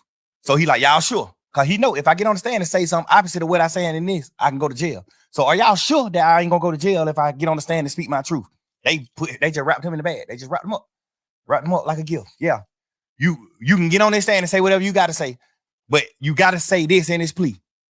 So that's why he was on the stand. That's why Moontoon was like, nah, like, that's why the judge was like, so when you said this in this plea, you saying that ain't really what happened. And Moontoon was like, nah, that ain't really what happened. And I told them that they need to change this in my plea But they said they can't change it in the plea. I gotta just say it when I'm on the stand. So how would it goddamn be able to do what he did? Like go up there and just like, Because he told in the beginning. So all his telling led to him not being on the indictment. All his telling led to him not being in trouble with us. He not on the case. When the case started, it was 28 of us. Woody wasn't there, one of them. So it ain't no matter what he get on in the courtroom and say, he can't go to jail because he's not a part of the indictment. He's not a part of the case. He a unindicted co-conspirator. He not on the case. So he can get in the courtroom and say, yeah, I killed Nut. I killed this nigga. I did this. I did that. Can't nothing happen to him because he's already signed his immunity. When you sign an immunity, you can say whatever you want to say on the stand. for real? Yeah, and that Can get you though, right? No, can't nothing happen to you when you say what you want to say. That's the point of immunity. Yeah. When you sign this paper, you're going to tell the truth and nothing can happen to you. You can't be locked. You can't get in trouble for saying whatever you want to say. What made them give him that? Because they thought he was going to get on the stand and say what he said in his interviews. Okay. They thought he was going to get on the stand and say, yeah, shit. So they banking the whole case on Woody. Yeah, he was the lead. He was the lead. Them folk was in shambles when that nigga acting like he wasn't going to testify. Remember the first time he got in there on the stand, he like, goddamn, man, I ain't testifying. The judge like, you sure? He like, yeah, I ain't testifying. Take me to jail. I sit in jail. But when they order you to get on the stand and you don't get on the stand, it's two things can happen. You can get locked up until the judge want to let you out. You can get locked up for 21 days, or you can get locked up for the duration of the trial. Whatever trial you involved in, you can get locked up. So normally trials be 5 days. So if a nigga get on the stand in a normal trial, and don't agree, he'll go to jail for 5 days because you got to get out of jail once the trial is over. Mm-hmm. But this case, he wanted to do it. 2-3 years. Right. He like, but this shit gonna be another 2 years. I got to sit in jail 2 years. He wanted to do it. He wanted to be like, man, I ain't doing it. That's why the first time he came in, he like, man, I ain't testifying. Fuck that. I ain't testifying. I lied. So he got locked up. Remember, he was locked up for like 4-5 days. I ain't never really heard you say no bullshit about Woody. Nah, because not even to speak on like a certain community, Woody like take medicine. Woody like, you know what I'm saying? He throw it off a little bit. He off a little bit. So I always look at anything he do like a kid, like my son. Like he gonna do. He don't got the functioning brain that we got. Woody take real medicine. So I ain't even. Sound like you got a lot of sense to me. Yeah, but that just come with like you just learning what to say when you're going through life. You just learning things when you're going through life. You know what I'm saying? I told the craziest niggas in the world are always the ones who you think got the sense. Like, boy, that nigga ain't crazy. Man, that nigga take real medicine. I told that he overly did what's wrong. Definitely don't respect what he did, but I respect what he doing though. You can tell he different. That's what I respect. Like, yeah, you can I don't even be judging at him because like I be seeing him doing his little shit on the internet where he's just like talking to kids or he's just trying to do things. He go to the college trying to talk to them. He just trying. Like, I don't respect what niggas like. Yeah, right. I don't respect certain niggas because you'll get out of jail and still be doing the same thing. That's why I say if you tell, just go on and make you some gospel music, go on and do, just get out the way. That's what keep you away. That's what keep you away from certain shit. Just get out the way, bro. I don't respect no rap, but I respect if you tell, you can't portray no street nigga. You got to get out of it. You got to get out the way once you do that. Yeah, I agree with that. You're not running around acting like no gangster. You're not doing none of that no more. You ain't doing none of that. All that shit is dead, man. You told. It's dead. I think he for real about trying to change it. I understand it. But it's just like I think so too. Cause he crazy enough to the point where he don't gotta change and he still won't be at fault. Mm-hmm. Because he really crazy. He really throw it off. But the fact that you crazy and you still trying to change, it's like I say less. Why you let Roscoe get on there and stir that pot though? You gotta think, bro. I can't talk to certain niggas. But it's just like with Roscoe, that's my man. He just love me. You know how that shit go. Like he love all of us. Everybody who's on this shit, he love all them niggas. He just upset too. He just mad. He love all these niggas, bro. He just the same way I was in that interrogation room trying my best to get him out of trouble or trying my best to paint a picture of him. Like, man, hell no, Shawty real. Shawty ain't do that. Yeah. He just doing the same shit on the internet with me. Like, he just looking at, he know me. He like, man, hell no, Shawty ain't none of that. Shawty ain't no rat. Shawty a man. Shawty a gangster. I'm telling you, he ain't no rat. He a man. Not even a gangster. Shawty a man. I respect it. It's just the same shit I was trying to do with him in the interrogation room. He just doing the same thing with me. Like, he just trying to take over for me. You know, that's how I go, bro. When you're a man in the real heart, bro, with a real heart, bro, you standing on real business and everything just ain't a chess move to you, bro. You gonna have faults. You gonna have hiccups. You gonna have certain shit because you just a real person. I just don't like to see the city in the climate that it's in. It's like too divided, bro. And then they trying to say like you the head leader of dividing the whole city. Like all your beefs divide this shit. This nigga thug, this. See, like how you speak on that? See, the thing that made me not say nothing else to RALO is because when I first got locked up, the narrative that the DA was pushing was he divided the city. He made all these people beef, which is a complete lie. I made niggas get together. I stopped a lot of beef. I stopped a lot of niggas from getting beef. I only had one beef my whole life. And it wasn't even my fault. I stopped a lot of niggas from beefing. I got Wham and Savage on the phone to stop whatever could have happened with them. I got niggas on the phone. Hey, bro, we brothers. Fuck that. We ain't talking about no internet shit and what's going on in the world. We talking about real life, nigga. Both of them can get on your motherfucking platform and say the same thing. Yes. That nigga got both of us on the phone and told us, man, y'all nigga acting like fuck nigga, bro. We ain't beefing, bro. This Atlanta, bro. Everybody in this rap gang, everybody in the industry all over the world look at Atlanta like the hometown of niggas who stick together. So that's what I'm on. Everybody. Ask Wham. Ask Savage. I got them on the phone to stop their beef. And other niggas. I got a lot of niggas on the phone to talk about a lot of shit. I got goddamn Lil Key and Ola Runt on the phone. Hey, bro. Me and Guap motherfucking big homies in this shit, man. In this rap game, man. We goddamn, we real niggas, man. We big homies of the rap community. Mm-hmm. Like, we ain't doing that. Ola Runt, you up on the Gucci, Key, you up on the me. Y'all nigga, we ain't doing that beef shit. No. When 9 Vicious and Uzi Vert, like they finna get into it, hey man, y'all nigga call me. We ain't doing it. What aspect, what in my entire career that's been up on a fucking microscope, at what point in my career can you or anybody in this world honestly say he stirred this pot? They can say, I'm glad you had that. They can say the shit you were telling baby about P is like trying to break up a family. No, but from my point of view, the family was never a family. From my point of view, just being real. I told baby in Allure inside the strip club, don't sign that deal with P. After I told P to sign them, because I thought people just gonna do the right thing. When I told P to sign Lil Baby, I ended up finding out all the shit about the Migos, what he did with the Migos and shit, like the ownership and all that shit. I found out all that. Then I tell Wham, like, hell no, don't sign with P. Hell no, don't sign with him. Inside the club, nigga, in the strip club. Where we in this motherfucker probably throwing ones and looking at females. I'm in this motherfucker having a heart-to-heart with Wham, my little brother. Hey, hell no, don't sign with him. Hell no. Not even saying P no bad nigga or none of that, but it's just like he ain't my type of man. What I view as a man, he got some aspects that I view as a man. You know what I'm saying? He take care of his family. He do what he need to do as far as his close family, his real family. He take care of his real family. He take care of his kid. He a father to his sons and his daughter. He a dad. I respect that part. But like, I respect his business part too because I'm a businessman, but I just do business different. So I wouldn't do business like him. Like I went sign Wham, and because we knew P before he signed Wham, so we all was family. Like I know your son, like they're my little brother. You think I would ever in my life consider Lil Wayne my little brother if I signed him and take 100% of his masters? No. 100% of certain shit, like any percent.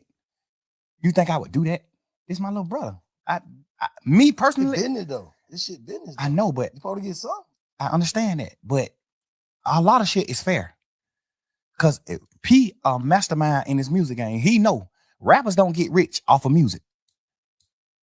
Rappers get rich off of their shows, their endorsement. They don't get rich off streams. We get rich off shows, endorsements, and masters. Mm-hmm. Rappers get the last money. Rappers will be okay with the master money. Nigga like Swiss Beat, Missy Elliott, Timbaland, they got rich at an older age. They got rich off of their masters. They was able to sell their masters. You see what I'm saying? And get a bankroll. We know that. P know that. But we watch P pour in the baby like a motherfucker. No, he didn't. Because you got to understand, Wham took off as soon as he started. He didn't even get a chance to spend no real money on baby. Wham took off top his first song. The first song he put out was tripping. Like the third song.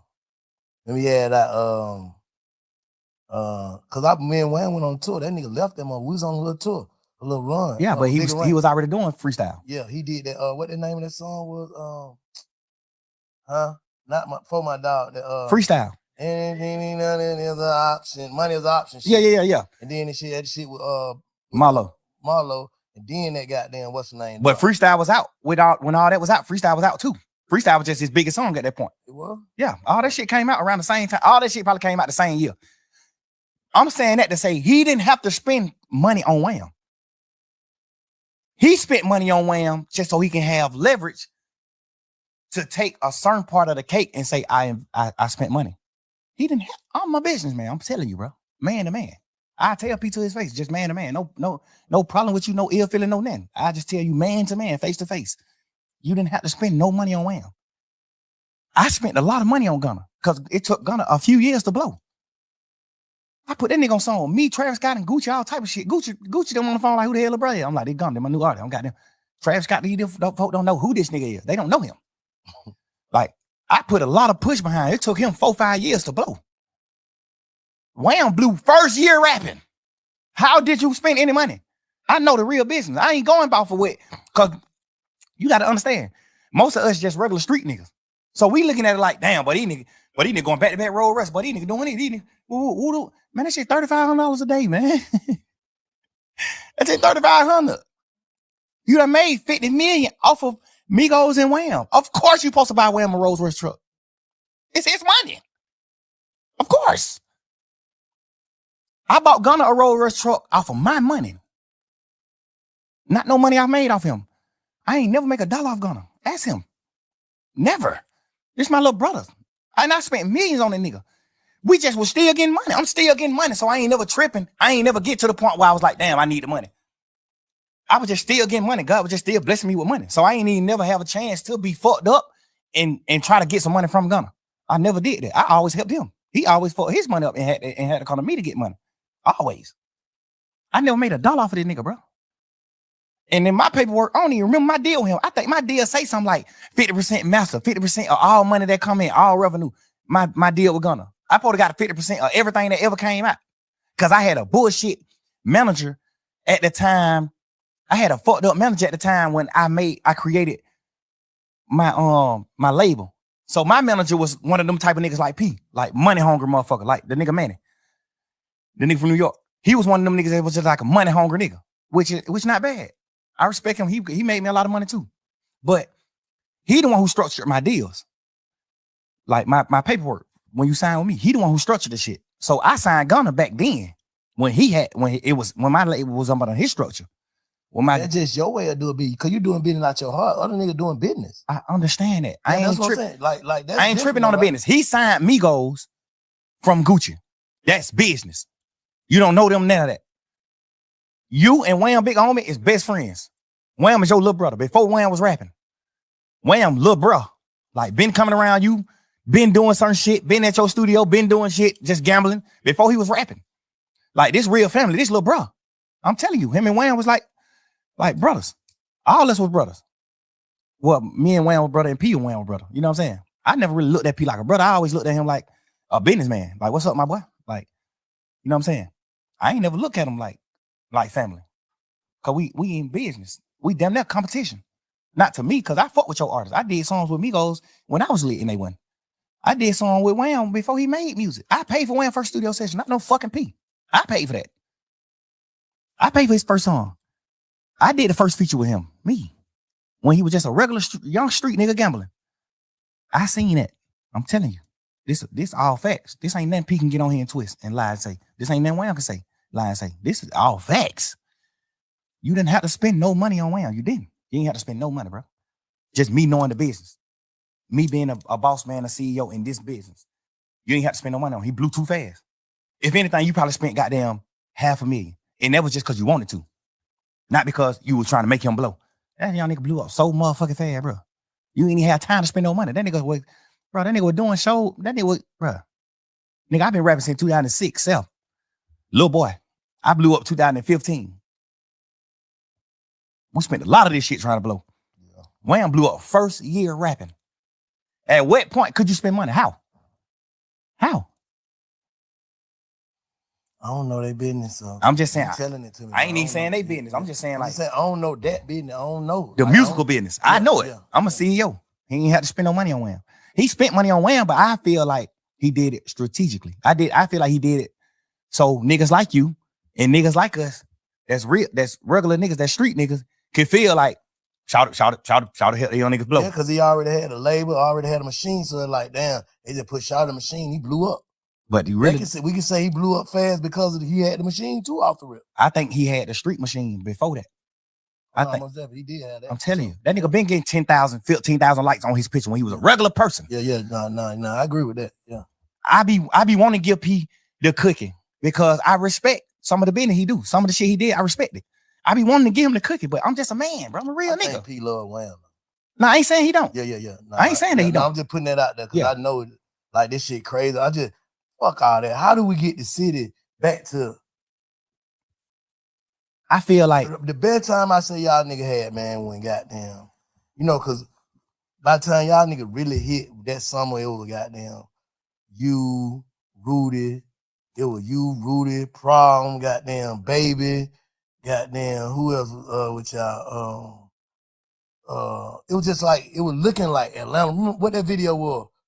ATL. They sent me the song to get on the song. ATL song with Marlo and goddamn Wham. That shit was looking like, yeah, these young niggas got it. They got the city. They got it. Like, because that was right after who had it? Future. Let's say Future. And your era, Future, you, Rich Homie, all that. But it was like you were bringing, because you was right there with them young niggas. Like, I'm bringing a new era. That's the Baby, the goddamn Marlo, the RALO, just all that Problem Child. Everybody like, fuck that. We united. Like, how we even get back for the city to be that? That's what I want to know. What I want you to think about is who united all them niggas together. Slime did it. Oh, it did it. So how we do it then, Slime? How we do that now? Like, how we do that? I think at least to the point where it don't be no bullshit. Because all this shit is going on, all this talking ain't gonna do nothing but build egos. Niggas will bump into each other and, hey man, you gotta stand on that ego. That's why you ain't gonna never see me condemn a nigga on these podcasts, bro, because I already know how this shit go. Niggas ready to go out bad behind their ego and their name. So nigga, when I first came in this shit, I fuck these niggas. These niggas don't want to do nothing. They don't want, you know what I'm saying? But now it's like, I ain't on that, bro. I'm trying to, cause I already know, bro. It's like, how the hell y'all nigga beat these folk and think these folk happy y'all beat them? I know they ain't, bro. That's what I'm saying. Whoever, the energy, whatever, nobody, like, you can't bring that energy back, bro. Niggas can't do that shit. Niggas ass going. Like, when that boy fell out that motorcycle, they put the young nigga Woody. When he fell out the motorcycle, they just put out the what's name at first, him laying on the ground. I prayed for that young nigga, like, man, I hope he ain't got shot. I hope he all right. Hope ain't nobody shot this boy. Cause it finna be some, man, niggas going to jail for good. Facts. For good. Like, fuck all that. Ain't finna be no more of that maybe shit. And it gonna be them other people. Federales. Yeah, so what the fuck? I know niggas, man, I don't know, man. I don't know if niggas, I'm too old, bro. I'm 47. I can't go sit in that motherfucker. So I be trying to tell these niggas, God, like, damn, you 47? Yeah. Yeah, I'm just saying, bro. I ain't trying. Now, I learned my lesson. Bro, I was at the thing I don't like about what Rollo said is, why is you painting that picture knowing that I'm the reason a lot of niggas cool with each other? And the DA just painted the same picture. That's police shit to me, bro. You can't get on the internet and say, fuck nigga, you really divided the city. How? How the hell did I divide the city? I brought the city together. I was at odds with Lucha. Ask Lucha this. The pick sides, though. No. Yeah, for sure. Niggas of course. Pick sides, so that's dividing, though. No. Because if a nigga don't fuck with you, niggas ain't fuck with you. No, that's not dividing, bro, because you got to know you got to know the background. You got to know what's happening behind the media. You got to have when me and Lucha was at odds and in the hype in the hype of the beef. Ask Lucha what I did with him at the hype of it. Bro, this shit ain't got nothing to do with me or you. Let's make a song. I don't want no smoke with you, bro. I tweeted it. Go on Twitter. It's on my Twitter still. But they back considered then. As trolling. No, it's not. I say it could be considered as trolling. Man, if a nigga get on the internet and say, you're a sissy, you're a punk, nigga, I fucked your hoe, woo. If a nigga get on the internet and say all that, and I get on the internet and go up on his if I reply to him on the internet and say, my nigga, I don't want no beef with you, no none of that. Let's do a song, bro.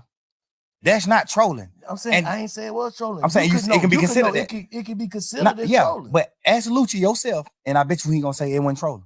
Oh, you saying because you know he knew he can't take it. I'm talking about the people perception. For sure. I ain't fuck the people. We talking about us, real life. You saying he know like you already had them reached out to him before you even put that up. And you said to him and in public. I said in public. At the hype of it. I'm not known for that. Thug known for standing his ground. A nigga say something about, man, nigga, fuck you, what?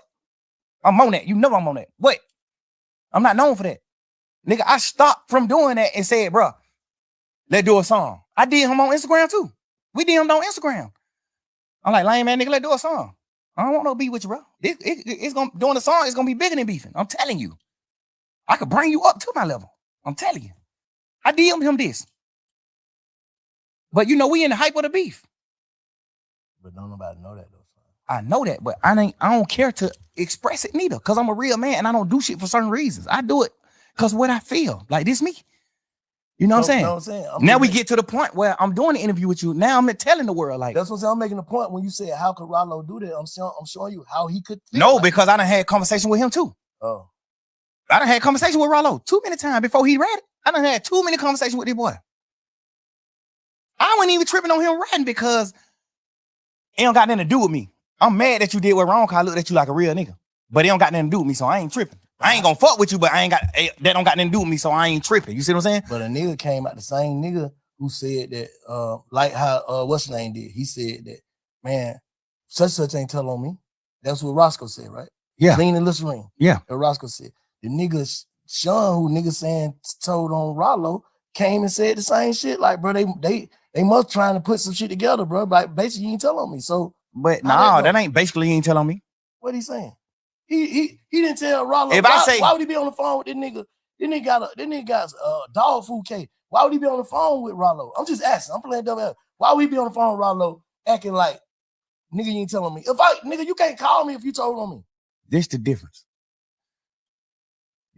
You got a man who ain't really got nothing going on in the world. So he damn near gotta go for certain shit. He damn near, cause shit, RALO is the nigga in they hood. He the nigga who getting the money he getting in they hood.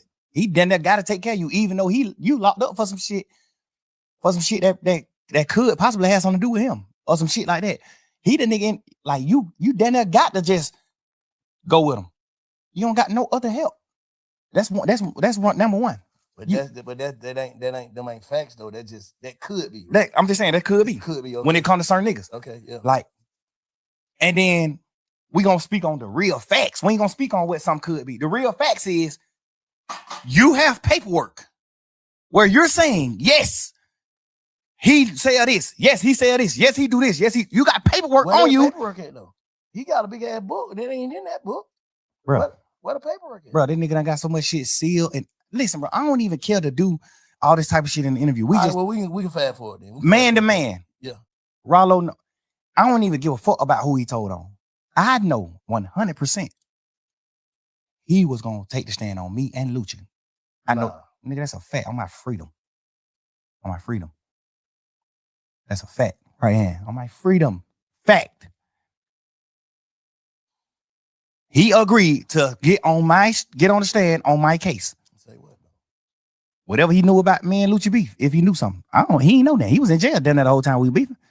You just squealing, bro. You just in there, bitch. You just trying to get out of jail. You locked up for some punk ass, pet ass weed. Nigga, sit down. Like, you did all this extra shit, all this extra talk, bro. I know for a fact you are gonna take the stand on my case and Lucci case. All right, we finna fast forward this shit. How do we stop giving a fuck about what goes on in the real street? Niggas is millionaires now, bro. Like, how do we stop giving a fuck about this street shit? That's all I'm saying. Like, I think we gotta better than a nigga, but how do we stop giving a fuck? Because to some people, the shit we talking about is ignorant. To some people, yeah. To some people, but not where we from. We try to uphold some shit though. Ain't even about upholding. It's about manhood, bro. We men, bro. We ain't gonna do that. No, I'm asking. No, we men, but I'm still having a conversation with you though. Fuck, like, I don't get that. We make $1 trillion. But still, though, it's still. Would you look at Elon Musk like? But you ain't. If Elon Musk fuck a young girl, is you gonna look at it like, man, that nigga that nigga made billions dollars, but that nigga mind the whole nother place? No, nigga. Right is right, wrong is wrong. I don't give a fuck what you made. Right is right, wrong is wrong. Bro, I'm trying to be rational, make some rational about this shit. Bro, I swear to God, bro. Like, I don't got no problem with RALO. I'm one of the first niggas in the city that fuck with that did any type of fucking with RALO. Me and RALO had real smoke.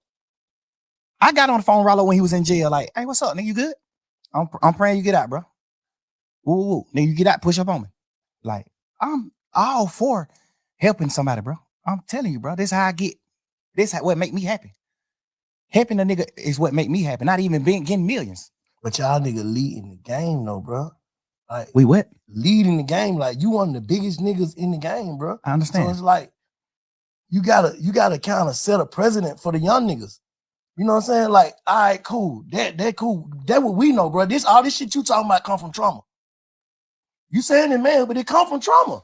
You just said you was just a kid, didn't know nothing till your brother got killed. That shit fucked you up in front of your face. Like, damn. Fuck that. Then murder came to your mind. Then this shit came to your mind. Then the way a nigga living, all this shit. That shit is untreated, some untreated shit, bro. The way a nigga think is untreated, dog. That's all I'm saying. I ain't saying that a nigga, nobody wrong, nobody no fuck nigga. Everything that we all went through and going through is a trick bag. I'm already knowing that. That's why I don't go against niggas. I don't go against niggas, bro. I try my best to put my best foot forward, bro. I always do, bro. You know how much shit I could talk to you about right now, bro? And you gonna say, damn, but these niggas is fuck niggas. I don't care to talk about that shit because we just move forward. I'm happy as fuck. I'm running around living my life. Well, I think I'm happy. I'm running around living my life, bro. Happy, bro. I'm doing what I'm doing. You got everything you want, but you ain't happy, bro. Because a happy nigga don't even give, like, you passionate about this shit you talking about, bro. And you so far removed from it. Not to say a nigga's supposed to turn into something else. Like, bro, I'm out the game, no scrape, no scars, but I'm still bank. But I'm something else. Yeah, but you got to think with.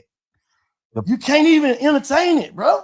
Niggas can't even send me certain shit on Instagram. I don't entertain certain shit. I don't care about that shit. I ain't never been. This the smallest I ever been in the world, bro. To like me being a real nigga, bro. I don't do none of that shit. I don't pillow talk. I don't do none of that shit, bro. I'm a real man, bro. I'm a player, but bro. You get what I'm saying, though, right? Of course. This is my first time ever even going through shit like this. I'm telling you, bro. I don't deal with this type of shit. I'm glad you're speaking on it, though. It's always 5 sides to a story, bro. You know what I'm saying? But I don't want to see no nigga crash, bro. I ain't gonna do nothing. Look like crash. That's the course, though. No, it ain't. Looking like it. It looked like it, but not for you. I'm just saying for the whole thing. You can't say who want to crash. That's what I'm saying. Crashing gonna have to be a nigga want to do something to me. I'm not. Listen, I don't respect certain shit that niggas do, but I respect life and I respect the air that we breathe, Earth. Mm-hmm. I respect everything that we got. Nigga, my son live with me, man. I take my son to school every morning, bro. Ain't nothing beating that. My son going to school in a double R every day. No, nothing beat that, bro. My son a real motherfucking scientist, a genius, smart as a motherfucker, bro. Don't nothing beat that. All my kids are with me the whole summer, except one of my kids. All my kids are with me the whole summer, running around doing family shit. Nigga, we got houses everywhere we go. I'm telling you, bro. This the first time ever even like understanding what's going on in the world, like real life. Nigga, I was just so happy and just so blind to like betrayal and niggas doing whole shit that I would never do. I'm just now getting to that point in my life, bro. I'm telling you, man, you got to understand why it's like hard for me to just go forward and just like attract the masses by doing certain shit. Hard and impossible are two different things, though. I know that. Hard, nigga, it was hard for you to goddamn become a millionaire, but it wasn't impossible. That's a fact. So hard and impossible, two different things. You can do it. Like, that's what I'm saying. Like, how do a nigga first step, nigga gotta, like, bro, and I ain't coming trying to be no therapist or that, but I'm saying, nigga first step, nigga gotta acknowledge what he really going through. What I had to do, bro. I had to acknowledge, like, damn, man, everybody ain't gonna think how you think. You cut different. I had to tell myself that every person is cut different. That's why we got different fingerprint, different goddamn, when they identify you, dental. We all got different shit, bro, to be identified. So we ain't gonna think alike. But you taking, like you said early on, nigga, my mama raised us to love, love, love. So I always trying to find people to love. Like, you had a whole bunch of niggas that never had loyalty for each other and trying to put them in one crew. How the hell they gonna be loyal to each other? That niggas from over here, niggas from over here, niggas from over here, but you love everybody. I ain't gonna work. Nigga go to jail. Nigga like, bro, you ain't even smoke that. Fuck them niggas. Am I right or wrong? You just said it in the first beginning of like, I've just always been looking for friends to love, looking for this person to love, looking for this person to love. But nigga, the heart is what get a nigga zipped up. And in the end, cause get what? Your reaction off of using your heart gonna make you seem like a fuck nigga because you speaking from your heart. I done been through that shit. I ain't gonna say if that's what you going through, but I done been through that.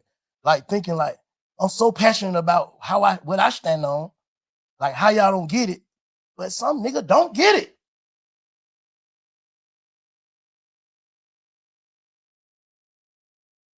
Now I don't get it, right? You saying I don't get it, Slime? You get it, bro. Just you gotta. That's why I'm just like you gotta understand, like, bro. I did so much shit, bro. Just like I raised these niggas, bro. I raised these niggas to like honor life, be men. I raised a nigga to be a man, bro. Like I can't go for what you saying because I know I played a part in raising them, and I ain't never did no whole shit to them. None of these niggas will ever be able to get on your podcast and say I did. Was grown when you met these niggas. No, but I still raised you. Still, nigga, I was grown when you met me, but you still raised me in certain ways. I'm telling you, certain ways I look up to you, and you ain't never got no money together, nigga. I raised some of these niggas, and we got money together. That make it even deeper. Yeah. We stand on certain morals and principles, bro.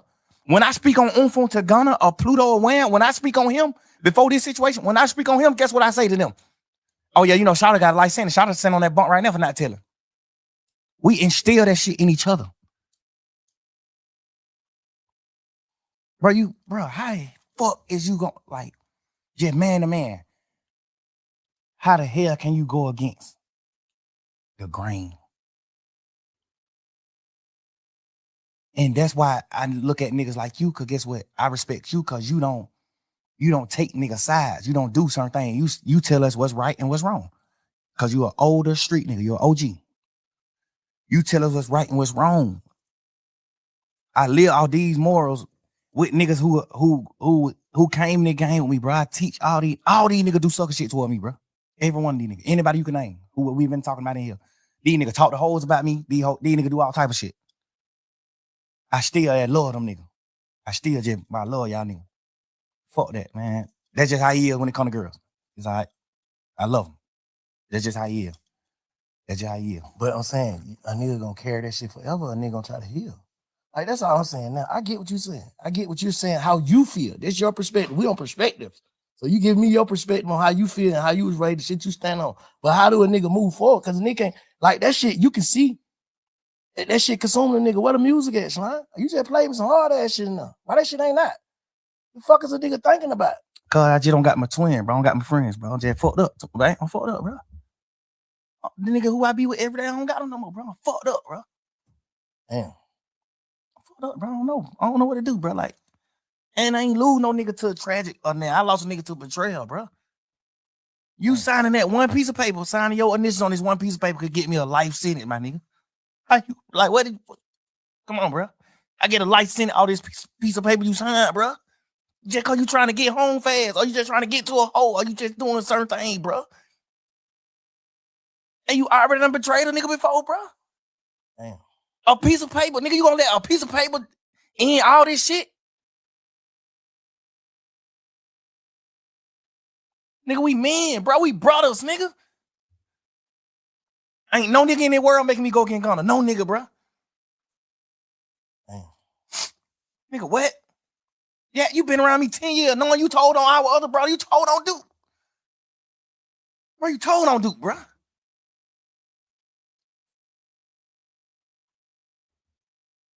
When them niggas was shooting at you, Lil Woody, I helped you hide. You ain't had nothing to do with nothing. He said I helped you hide. I gave you money to put your family and your baby mama and they mamas and sisters them in hotels and do this shit just to help you. I know you ain't had nothing to do with none of that shit. The police know you ain't had nothing to do with none of that shit. But the niggas in the street didn't know though. It don't matter. That it's up. It's a war at this point. At this point, it's a war. Hide your kids, hide your wife, nigga, go to war. Cause you been standing on that. This whole beef started because of you. The whole shit started because of Lil Woody. Damn. Fuck, nigga, how the fuck you gonna tell, nigga? This shit started because of you. Damn. The whole case, bro. This shit because of you, my boy. The whole case because of Wooden. Some sucker shit this nigga did to nut them. Some sucker shit. We just being real niggas and your brothers and standing behind you. Fuck that. You did some suck ass shit, but boy, these niggas better fuck with you. Damn. Now you got Shannon, Yak, me, Duke, and everybody else who goddamn on our side. You got all us going through shit because of your own action that you did on your own time. And you folded. You told. You did the worst. I'd rather you tell the ops where I live than tell the police. Nigga, we go to prison forever. Nigga, I'd rather die than go to prison. You better off telling the ops where I'm at, bro.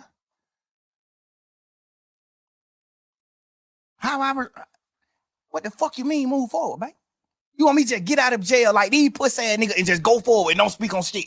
Just go forward and live my life. Just woo-de-doo. Yeah, I got blessed. They let me out of jail. Woo-de-doo, woo-de-doo, woo-de-woo. I can't. I don't know, man. 2 years supposed to be healing, bro. You in there talking How shit. the fuck I'm a heal in the midst of the fire? How I'm a heal in fire? Damn. Tell me. So basically what you saying, you trying to block out a lot of shit. You suppressing. That's what they call it. They're trying to go forward. Still trying to be young thug at the same time, trying to hold up an image, basically. Being a real nigga, I ain't holding no image. No, I'm just saying image.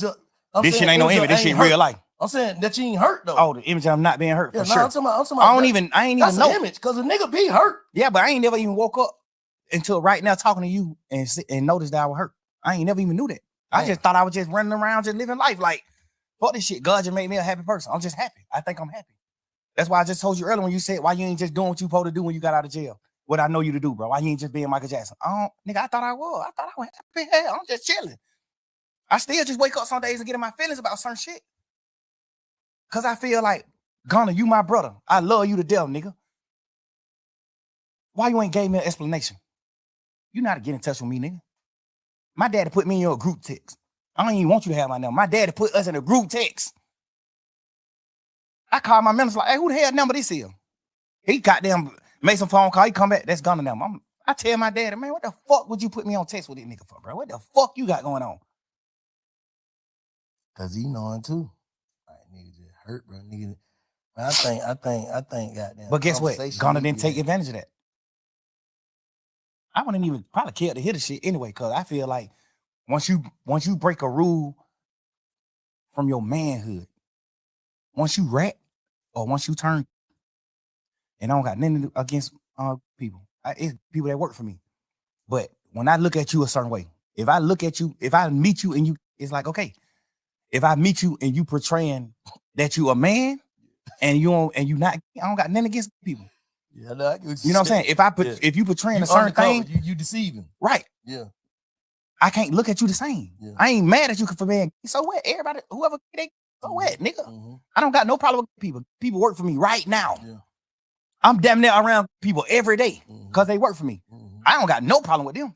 I don't hate that I even brought this shit. I don't want you to take it out, but I hate I even brought it up because I don't even want the LGTB. I don't even want that community to even think that I'm against them. I'm overly with y'all. You saying DL, bro? That's what you speaking of. Like if I look at you like a man and we fucking bitches together, girls together, and we doing certain shit, and I look at you and a man like boy, that nigga, and then I find out it ain't really nothing you can say to me. Yeah. I'ma just look at you like you broke a man code. Mm-hmm. You broke a code that men with backbone stand up to. Mm-hmm. You broke that code. You can talk, you can say whatever you want to say.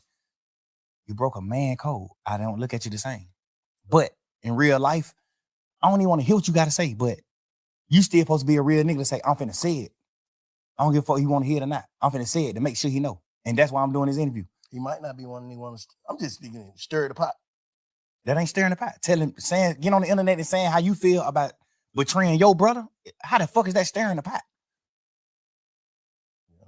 How? You ain't getting on the internet saying, oh, this nigga did this nigga did this, and bring other. You ain't doing all that. You get on the internet and saying, even if you're not on the internet, my daddy put us in text message. So you can't even do no interview in the future. In the near future, you can't do no interview and say, I ain't got his number. I ain't got in touch with him. You overly got my number. Overly. That just further my conspiracy. You saying even after all the shit, all the jabs you've been taking, you still supposed to submit? Cause you know you're wrong. It ain't even about submitting. It's about speaking your piece. Did what it is, bro. Yeah. So basically, I don't like, bro. Imagine nigga, bro. We fighting to say YSL is not a game. Me and Bank, best friend, they're my mans. We done made all the millions in the world together. I gave you the millions. We ain't make them together. I gave them to you. You get on and you take a plea and say, duct tape is a game and it must end. Just be a man. You don't think that you owe Thug an explanation? No matter what Thug saying. Thug can say Bank a rat all day. Bank a rat. He a motherfucking rat. Nigga, I can say that all day. And you can't say nothing about that because you did. But that's gonna stop you from giving me an explanation? As a man. So maybe he need to get in touch with his feelings. As a man, bro, you supposed to, bro, this what I did what I was thinking. If you rocking with it, you rock. If you're not, fuck it. How can you just do what you did to me and then just go live your life like ain't nothing happened? Like, how can you do it, bro? I can't do that. I feel like I ain't do nothing in the world wrong in my interrogation. And I still can't just go by living my life without addressing it. I still got to address it. Because you know it's wrong for you being in there. As a man, I got to explain this to niggas that I love, that look at me like a gangster, that look at me like a man. Yeah. It's niggas in this world that's going to be like, boy, what the fuck is you doing? Yeah. Practice what you preach. Yeah. That's why I'm speaking on it. Because I'm a man and I got real feelings and I care. Yeah. And I'm going to make it right. How the fuck I'm going to just go forward? How? That mean to me, you never felt the way I felt about you, about me. You never did. Nigga, I'd die before I go against that nigga. Even to this day, still. I'd die before I go against him. The only thing I'm gonna ever say, you a rat. You a rat, bro. You a fuck nigga. You did what wrong. You betrayed me. Man, being a part of his demise or anything like that, I'm never doing that. Nigga, I love the nigga mama. That nigga mama like my mama, nigga. Nigga, I bought his mama her first piece of jewelry. Obviously, he presented it like he bought it. I did that. She probably never know that. Get what? We can talk about that shit all night, and I tell you, I'm gonna just bring it back to bro. This shit got you fucked up. You said that, right? And you agree, right? We just unlocked that, right? All right. How do you heal, bro? How do you move forward? Period. No, Bank. I ain't. That's why I'm talking to niggas like you. Bro. That's why I talk to OG, bro. You gotta put me down. I don't know. You gotta put me. Somebody tell me what I can do. Like, bro, I'm just telling you. With the stick. I'm telling you my. I was girl. How you heal then? I heal that, but like that with soap and water. Soap and water ain't gonna heal this shit, man. Yeah. Guess what? You more in touch with your feelings because you're an older man. You more in touch with how life is. You done been my age before. I ain't been your age. Yeah, shit. So you could tell me if you know. Tell me ways I can heal. I don't know, nigga. I'm telling you my perspective. I'm telling you why I'm fucked up. I'm telling you why I can't go forward. Not why I can't go forward. I can go forward. I'm telling you why I haven't went forward. First step is knowing what you just said. First step is knowing. I ain't never know till the day, bro. Till I talk to you, bro. First step is knowing. The second step is goddamn knowing that you know. Goddamn, I don't know. You just gotta, man. Shit, you got it, bro. Whatever, man. Like everybody, man. Niggas just gotta move forward with their life, man. Make sure this shit don't turn into nothing else. That's all I'm saying. With whoever on the internet, talking the internet, you and Gunna, I feel like y'all niggas should have a conversation. That's just how I feel. So have you ever been betrayed by one of your friends? Yes. So bad to where you can't talk to him no more? Don't lie. Yes. But I still, if I see a nigga mama or something, tell my brother I say I love him. Because I do. I understand I can't turn my heart off. That's another. I ain't finna say nothing about you. I ain't finna nothing because I already know what it gonna lead to. We keep going back and forth, then that shit gonna lead to something else. That's another thing on respect. A nigga ain't contact my mama. When you did what's wrong in that courtroom, you ain't get out of jail and run to my mama immediately. You ran to your mama, who I take care of. You ain't ran to my mama, who you ain't never did nothing in the world for. Nothing. You ain't pull up on my mama and say, hey, I know bro going through some shit here. Bro, bro sent money these niggas sent money to help me pay for my lawyer. Wham sent the money, all that. That's why Wham hurt. Like, these niggas, they talked to Wham. I ain't talked to them. These niggas held conversation with Wham. Wham told them, man, hell no, nigga, what? Never. Don't never do that. But if your ass get 100 years on that bunk, nigga, we gonna take care of your mama and your family forever. And nigga know Wham mean what he say. He stand on his business. Home, a real one. These niggas held conversations with Wham. And Wham told these niggas, what? No, sir. No, you can't do that. Nigga, what? That's the worst. No. Nigga ain't pull up on my mama, bro. Nigga, I done hell conversation with my mama and get what my mama said. Man, fuck these nigga ain't, cause she an old lady, so she don't even care about no nigga ratting and doing all that. She an old ass lady. My mama get on the phone and she say shit like, man, them nigga ain't pulled up on me. Ain't none of them nigga came to see me. Guess what? Wham done pulled up, gave my mama bags, dunchos. Pluto done gave my mama dunchos. Cash, XO Cash, done pulled up several times, gave my mama duncho. That nigga probably gave my mama 300,000-400,000, boy. Like gaffers, 50, 60, 100, 120. Whatever he have on him, he'll just pull up on my mama, just a hug and kiss her. And whatever he got on him, he just give it to her. Here, it might be 36,000. Here, mama, dude. Bro, you ain't even put up on my mama. And that's why I say you not a man, because you ain't even ever told your mama all the shit I done did for her. Your mama think you the real nigga. Your mama think you taking care of. You ain't never even told your mama, man, Slime did this shit. Because guess what? You not a man to me. You living your life according to your rap career. The only regret I have is ever in my life messing with them niggas, ever. I probably had better judgment with who I take with me, bro. But these niggas fuck nigga whole shit up, but I can't function, bro. I'm telling you, bro, I'm fucked up, bro. Like, ain't even about none of this interrogation. All that shit petty shit.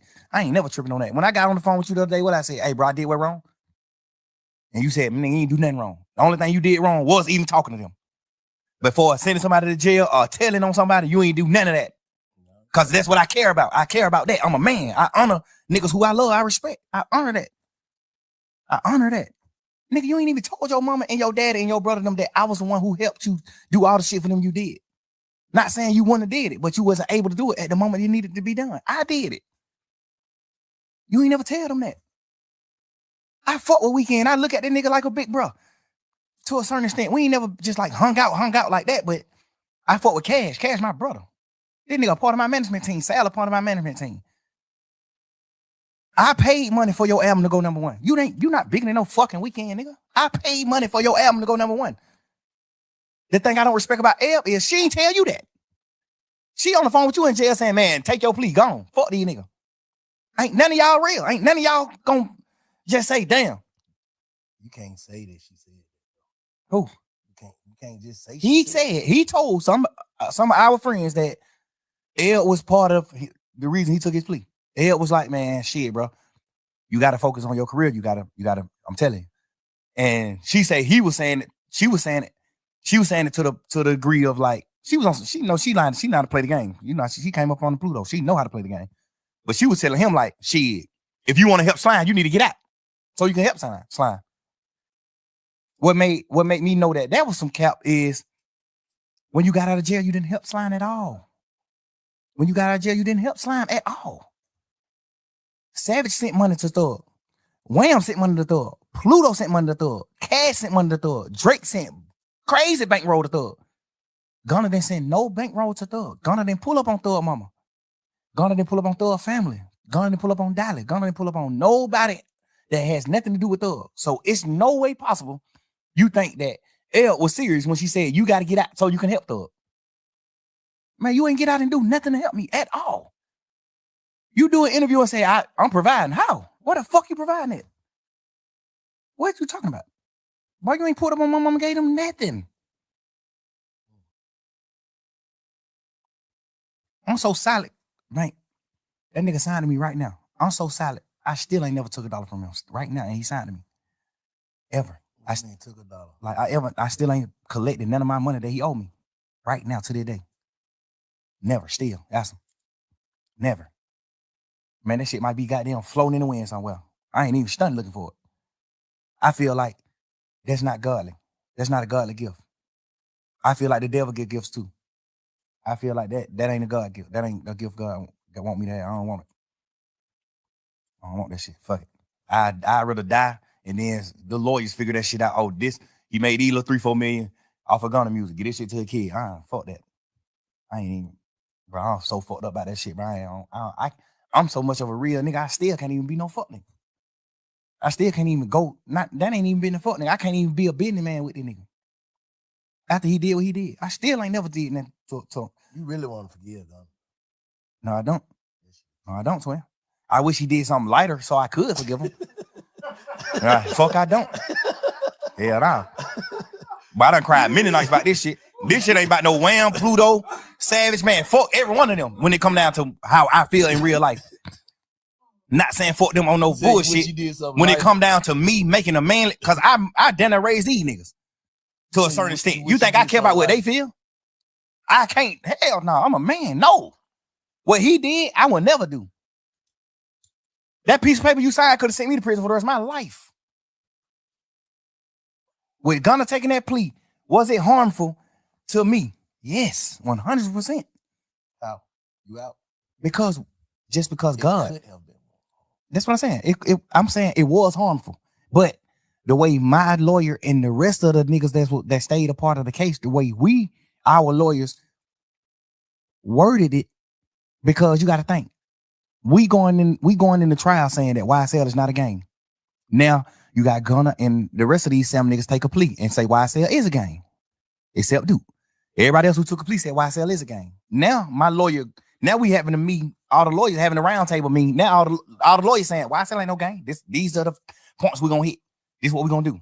YSL not a gang. This is what we're going to. All lawyers are aligned. 100%. All they have. This is what we doing. Huddle. Break. Now this nigga take a plea and say it is a gang. Now these 7 niggas take a plea and say it is a gang. Now they going back into the drawing board. Now the lawyer going to the drawing board like, well, now we talking to the jurors. First we telling the jurors YSL ain't a gang. Now we going back to the jurors say, well, some people might say it's a gang, but we ain't a part of that part of it. We a part of the record label part. Hold on. So let me ask you something. One more thing about this.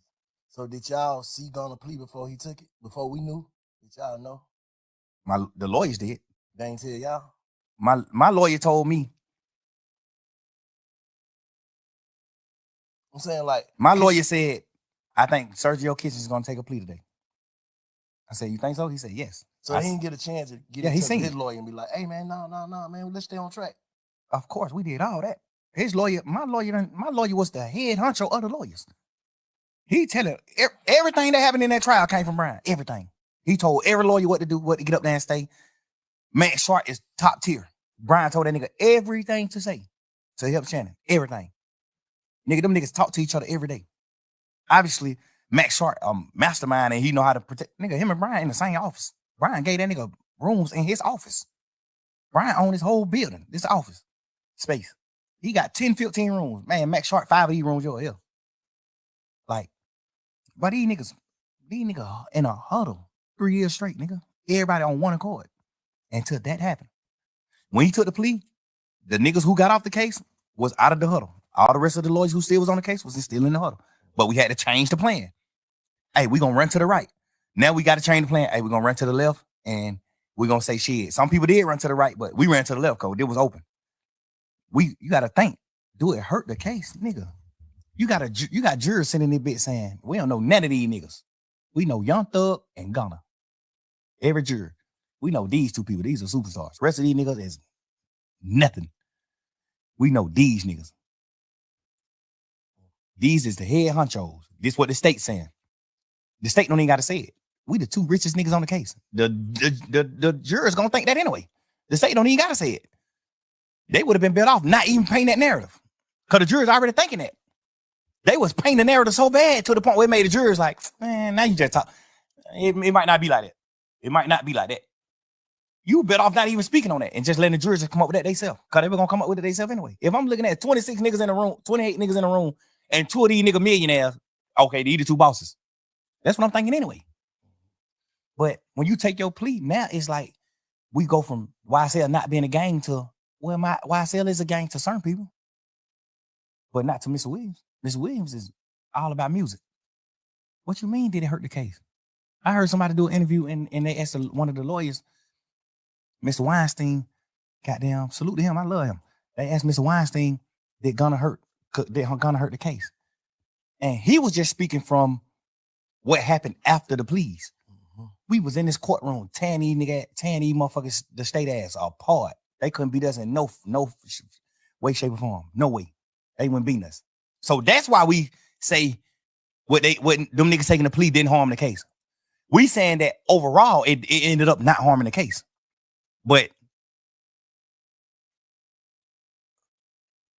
right at that moment when you take the plea, yes, that harms the case. Nigga, we saying that it's not a game. You taking the plea as the second man in charge.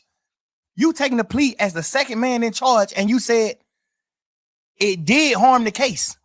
I mean, and you saying that it is a game, that harms the case. Why would an interviewer, why would anybody doing the interview even ask that question? Did it harm the case? Nigga, what the fuck you mean? Yes. I guess the nigga, the question should be, did it harm the outcome?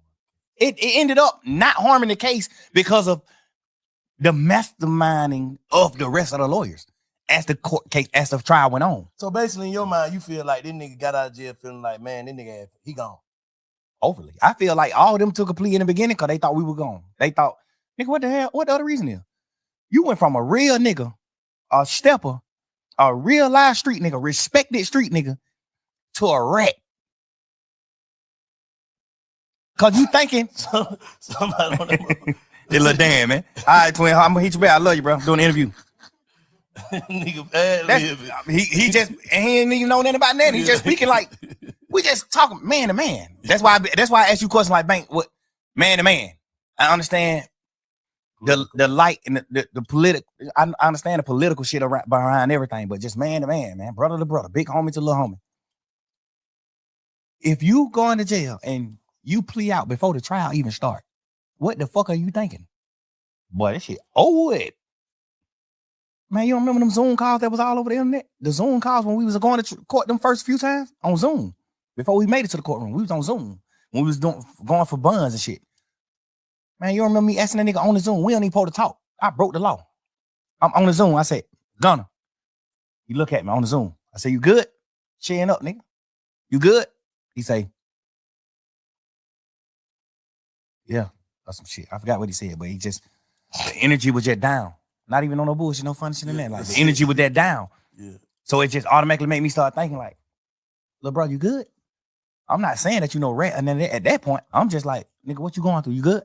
And that's why, cause I'm a big brother to these niggas. So that's why I do shit like head up when we on these calls. When we in this courtroom, man, head up, chin up. Fuck that, nigga. If we go to prison for the rest of our life, whoop they do. We go to prison, nigga. And we fight to get out this bitch. If we beat these folk, whoop they do. We beat them. We go forward. That's how I go. But can a nigga feel like, shit, well, it was still a nigga left on the case and you took your plea? Yeah, but my plea didn't say, my plea couldn't harm nobody. You see what I'm saying? Yeah. My plea, break it down for us, man. My plea, I ain't say why I said with no gang in my plea. I ain't say nothing in my plea. That's why I didn't do the plea. The state offered me a plea and they wanted me to say YSL was a gang. I'm the owner of YSL, the gang, and YSL must end in the state's plea. They say all this in their plea. I told them I'm not doing that. So they wanted me to tell about Nut getting killed. I don't know nothing about that. They want me to tell about Shamel Drinks, the other nigga from their side getting killed, the 3-4 more niggas from their side getting killed. Even they were talking about niggas who got killed from their side that weren't even involved in the case. They just wanted me to tell on that. Like, you gonna tell on all this shit. We know you know about all this shit. I'm telling them, I swear to God, on my freedom, I don't know about none of this shit. Nigga, I'm in the clouds. I really don't know about this shit. Guess what that state ended up saying? We going back and forth. We. Just talking about the plea, the agreement, the plea agreement, weeks and weeks. We never can come to agreement. Guess what the DA say? Fonnie Willis say, well, you don't got to speak on none of this shit. You don't got to tell on nobody getting killed. You don't got to tell on none of that. I take all this shit out of the plea. But you must say YSL is a gang and you the owner of YSL. Man, I'm not doing it. Beat it. I'm a man, nigga. YSL not a gang to me. Beat it. I don't give a fuck. No freedom in the world can make me do that. No. Guess what Brian say? Shit, I ain't gonna do the plea. Fuck it, let's go on finish trial. Say less. The next day, he come to me with a plan. He say, you ever heard of a goddamn non-negotiated plea? I'm like, nah, what's that? He like, well, you don't got to deal with the DA. You deal directly with the judge. That means you get up in front of the judge and you say, you guilty of these crimes. I say, I'm not guilty of that. I'm not in the gang. I'm not guilty of YSL being in the gang, the RICO. I'm not guilty of that, Brian. So I don't want to get up in the courtroom and say I'm guilty of that. That's not true. I don't want to get out of jail that bad, Brian. That's not true. Let's let's finish this trial. And he ain't want to do the plea anyway. Brian like, man, we're going to beat the sleaze out of that motherfucking ass. I'm just telling you, you can't get convicted of this because it was in your house. So that's why when we did the non-negotiated plea, Brian, when we was talking to the judge, Brian was talking about the charge that I had. And Brian like, hey, we plead nolo to this charge. We plead not guilty to this charge. We plead not guilty to this charge. We plead not guilty to these charges. We'll plead guilty to these charges because this the shit that they found in his house. Mm-hmm. I'm on probation for the shit they found in my house the day we went to jail. I'm not on probation for nothing that the DA was trying to say I was guilty of. I'm only on probation for what they found in my house. That's first of all in my plea. My plea was non-negotiated. I went straight to the judge. Hey, Your Honor, I'm guilty of these crimes. I'm guilty of having these controlled substances in my house. I'm guilty of having these pills in my house. I'm guilty of having this weed in my house. I'm guilty of having these guns in my house. I'm guilty of having this serve in my house. That's what I'm guilty of. Rico, being in a violent criminal street gang, why I say all that shit, I'm not guilty of none of that. I ain't doing that. Guess what the judge said? I agree. I'm going to find you guilty of this shit that I found in your house. So my plea was the plea that I was going to end up with anyway. Because if I would have beat the case, I still would have got found guilty of the shit that they found in my house. You think you got more time? You think you got some jail time if you went all the way through it? No, because she ended up, Shannon had got found guilty of one of his charges. The having a firearm as a convicted felon. Mm-hmm. So he probably went to jail 10 years for that. Off top, 10 years. And it was a switch. 10 years off top. He got acquitted for everything else. All the murders and shit, he got acquitted. But he got found guilty for that one charge. Because they got to find him guilty. That even if the jurors want to goddamn to say that he innocent, they can't. So Shannon kept it silent all the way out too? Yeah, that's just the law. But when he got found, when they say you acquitted for everything, but you guilty of this gun charge, we in our mind thinking like, dang, they even to go to prison for the gun. Get what the judge say. You've been through enough. I'm gonna let you out. So I feel like now, if I would have stayed in the trial, I would have got found guilty of the shit that they found in my house because it ain't no law that tell the jurors they can get around it.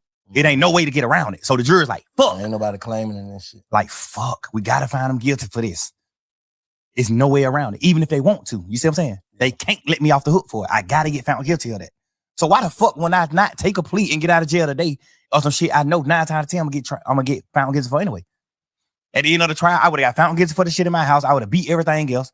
I would have got found guilty for the shit in my house. And she didn't send Shannon to prison. So she probably wouldn't have sent me to prison. She probably would have said the same thing. Like, all right, I'm gonna give you probation for this shit in your house and go on live your life. Cool. I still would have, the same shit I'm on probation for now, I still would have been on probation for at the end of the trial, because it was no loops for the jurors to find me innocent. For that. 100% you get found guilty for that. They can find you, they can say you ain't guilty of it, but it's like them not being real. It's like the jurors just not being real. Like, well, it ain't nowhere around this shit. This nigga ass is guilty of this. It ain't nothing around it. No law that makes me overstep that. He guilty. So what's your temperature with Lucha right now? Ain't no temperature with him. Man, bro, I pray that nigga get everything he deserves. Everything. I told that nigga, even in the midst of our beef, I told that nigga, bro, I said some bullshit in it too, but I was speaking really from the heart, real. Bro, I respect everything you do for your mama and your kids. I respect all that shit. If not, I would have been did something to your ass. That's what I tweeted. I said, if I ain't respect what you did for your mama and your kids and how you look out for your family, I would have been did something to your ass. I'm just a real nigga. I respect how a nigga treat their family. Like, but I respect it. He was an active dad in his children's life. Still right now, since he been out. I still be watching him now since he got out. He's still an active father. I respect that. Man, I don't want no harm. I don't want to do that to you, bro. You're a real man to me. Why the fuck would I want to kill a nigga that I think is like me? You're a real man to me, bro. But leave me alone too, though. Like, stop. Don't fuck with me neither. Cause if it have to go a certain way, then we got to go a certain way. So, but that was my way of trying to just tell niggas like, hey, bro, I ain't on that. I ain't on that, bro. I'm living life. I'm doing shit, bro. I'm doing shit in this world for real, bro. Bro. And a nigga, he tweeted me 1,000,000 times. Fuck nigga, you ain't nothing like Tupac. Nigga, you're a rat. I mean, you're a goddamn punk. You gay. You wore a dress. You did this. You did that. Ooh. He tweeted me probably 20 times in a row. Every day, just judging it. Agony, every day. I tweeted him one time after he tweeted me 20 times. I said, nigga, if I ain't respect what you did for your mama and your children and how you looked out for your family, I would have been did something to your ass. If you read that tweet from me, what you'll say? What you'll tell Lucha? Man, leave that nigga alone, bro. Right? Yeah, I say he trolling. Hell no, that ain't trolling. I'm just saying, but I say he trolling, but he don't want to do nothing to you. I say that. Right. He told me he don't want to do nothing to you. I really want to end with that tweet. Yeah, because me or him don't got nothing to do with it in real life. Me and him don't got nothing to do with none of the beefs on both sides. Me and him don't got nothing to do with it. He just loved Nut so much, he just asserted himself in the shit. But I thought they were saying about a girl, though. Hell no. That shit was trolling. When he said he fucked my girl and all that shit was trolling shit. We were trolling. That's what I'm saying. That's what niggas thinking like. Yeah, nah. All Hell this no. whole beef behind. No, sir. This shit is behind Nut. Woody broke a Nut car and stole his jewelry. And I'm saying all this shit because it's all public record. We already done said all this shit on the stand. Him and the DA done said this on the stand. He broke a Nut car and stole Nut jewelry. He didn't know it was Nut car. He seen a peanut chain. He said, oh shit, this nigga Nut chain. He called Nut and said, hey, bro, these young, he ain't put it on himself. He just said, man, some young nigga broke in your car. They brought the jury to me. And Nut like, all right, bring the jury. I ain't tripping. Nut a player. I ain't tripping. Nut, bring the jury to me. Whoa. He bring the jury to Nut. Your jury Nut back. I mean, get Nut his jury back and goddamn gone on by their business. Nut ain't tripping. Nut like shit. I got all my shit back. I ain't tripping. But you got niggas who with Nut who like, man, these fuck niggas just played. Let's take it down. So the whole time, me and Nut on the phone every day trying to stop these niggas from beefing. Like, man, bro, we ain't on that, bro. Bro, Nut getting money, I'm getting money. Like, nigga, we were hanging out. I turned Nut on to Bird. I brought Nut around Bird. Because I know Nut best friend, the nigga who they call Birdman from Pink City. I know him from being Nut friend. I don't know. I ain't never seen him though. I probably seen him 2 times in my life. But I know him and Nut used to call themselves Bird and Slim. So when I got on and I met Bird, get what I told Bird in Miami. Now you got to meet these niggas from the city. They call themselves Bird and Slim. You got to meet these niggas. Like, bro, I'm 100% the most genuine nigga you could think of, bro. I'm telling you. It's a real fact. I wish Nut was living so he can say the same thing. I turned him on a Bird. The pictures when you see Nut on a boat with Bird, I'm here. I'm there. I took the picture. I got Nut phone and took this picture. Man, Nut take the picture with this nigga, but I know y'all look up to this nigga. I told Bird, man, Nut is supposed to be Slim. So you got to wait. The other nigga, Bird, who used to be with Nut, he was in prison still. He was in jail doing some time, doing a bid.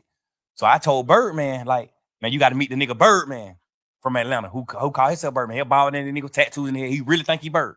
I'm like, he in prison right now, but you got to meet him too. Like, I turned Bird on the Nut.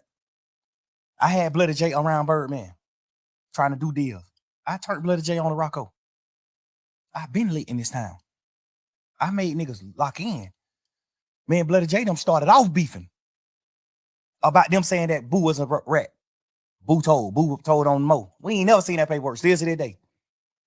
They typed up some, you right, they typed up some paperwork one time and it was fake paperwork. The only reason why we knew the paperwork was fake because they misspelled words. Ain't no motherfucking DA office misspelling no word, dumbass nigga. They misspelled prosecution and all type of shit. You saying they made some fake paperwork? But these niggas had some fake paperwork saying that Boo told on Mo. Mo told me this. Boo told. I seen Boo get on the phone with Mo myself. I seen Boo on the phone with him myself. Witnessed it right there. Boo said, man, these folks like you said, I told on you, Mo. Get what Mo said. Man, I ain't told no nigga that. I ain't told nobody that. I fought with you, Boo. Man, nigga, every time I see you, we dealt. Like, hey, and I ain't told nobody that. I ain't say nothing about it, but Mo, you told me your damn self that Boo told on you. Man, these nigga had all this shit kept. I made these niggas get on the phone. Some paperwork though, that shit kind of different. Though. Yeah. See some papers. What? When you see paperwork, supposed to believe that. When you see paperwork, this paperwork. Yeah, this shit paper. I don't give a fuck how they spelled it. I'm just saying. Nah. When a nigga see it, no, because you gotta. Everybody make human mistakes though. No, we gotta know theatrical. Hell no, nigga. Well, when a prosecutor typing up, you can get a new trial for that. If they misspell some words in this paperwork, nigga, you can get a new trial. The fuck you mean? Them folks ain't making no mistake like that. I promise you that. Look at our paperwork. I bet you whatever you think you want to bet ain't no misspelled word in that motherfucker. Nigga, this is the real law. Any mistakes, you can get a new trial. Anything. Nigga, folks ain't making no fucking mistakes. Nigga, you crazy? Especially on those certain words. They are prosecutors. Big bank is motherfucking big facts. How the fuck I'm gonna go for some paperwork and big bank spell big facts wrong? Nigga, what? How the hell the prosecutor gonna spell prosecution wrong? What are you talking about? Nigga, beat it. What are you talking about? And they had more than one misspelled word. They had like 4 or 5 misspelled words on the first piece, on the first sheet. The state of Georgia versus this. That was wrong. That spelling was wrong. Like, man, y'all done made 15 goddamn misspelled word on the first piece of paper. Beat it, man. That shit ain't real. That shit ain't real. But even if it is, God bless the dead, dude, boo dead. So what? Even if it is. Even when I figured out, because Mo told me himself that Boo told. So even when I seen Mo, when I heard Mo on the phone with Boo and Mo denied saying that to Boo, I ain't even tell Boo Mo told me that. I ain't even tell Boo, man, he capped. He told me you did. I ain't say none of that. I'm just not no messing nigga. I ain't doing that. When I heard Mo tell Boo to my face on the phone from jail, Boo said, "What's up, my boy? What going on, nigga? That Boo." He like, "What's up, my boy? What's up, big?" He like, "Man, I'm trying to see what the hell going on in these streets, bro. You know, I fuck with your game, bro. These niggas my goddamn you saying I told on you, bro." That nigga said, "Man, hell no. Well, you know, I fuck with your gang. Every time we see each other, we goddamn greet like players. Well, you know, I ain't saying no shit like that, man. Don't let these niggas goddamn woo." I heard him say this out of my own mouth. And I ain't trying to stir no shit up within they crew. Man, all them niggas, man, I respect all gangsters, all real niggas, all niggas that do what they supposed to do.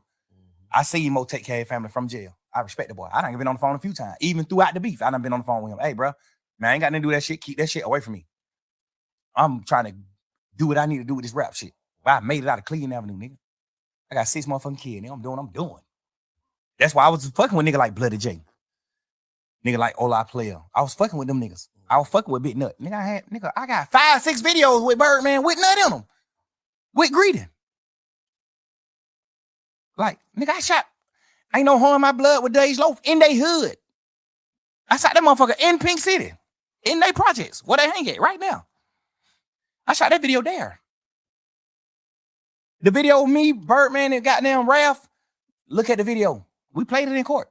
When Nut Daddy got on the stand, because the DA done tricked him to lie about some shit. When Nut Daddy got on the stand and saying, "Yeah, my son and Nut and Thor been goddamn fell out back in November of 2014. Because he got killed 2015, January 10th, 2015. His daddy get on the stand listening to what the DA telling him to say because they get to prep him before he get on the stand.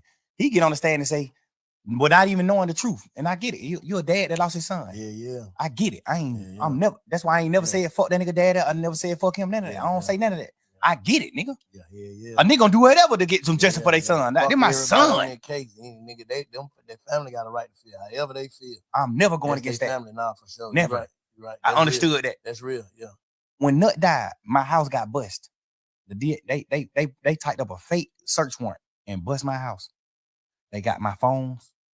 They so fucked up. The DA, the judicial system so fucked up. They see me and Nut text message in my phone the day he died, the day before he died. Where you at, Nutty? Man, right here to park, finna go get me a haircut. Goddamn, I pull up on you later on. All right, say left, love. The day Woody got jumped on in the club, I text Nut, "Man, what the hell going on, bro? I thought we said we squat that shit, bro. I thought me and you got on the phone like brothers, like men." He said, "Bro, we ain't a part of none of that shit. We telling them niggas stop that shit. We telling them niggas let that shit go. But y'all niggas tripping. That shit ain't about nothing. Like y'all nigga really ain't spoke about nothing." Nigga, I got text message talking to Nut moments before he died. Same day. They know it. They just didn't say that. Like, obviously that's the state. They trying to do their case. They doing what they supposed to do. Like, I ain't even mad at them. Like, you my opposition at this point. You trying to do what you do to sentence me. I'm trying to do what I'm doing to not get sentenced.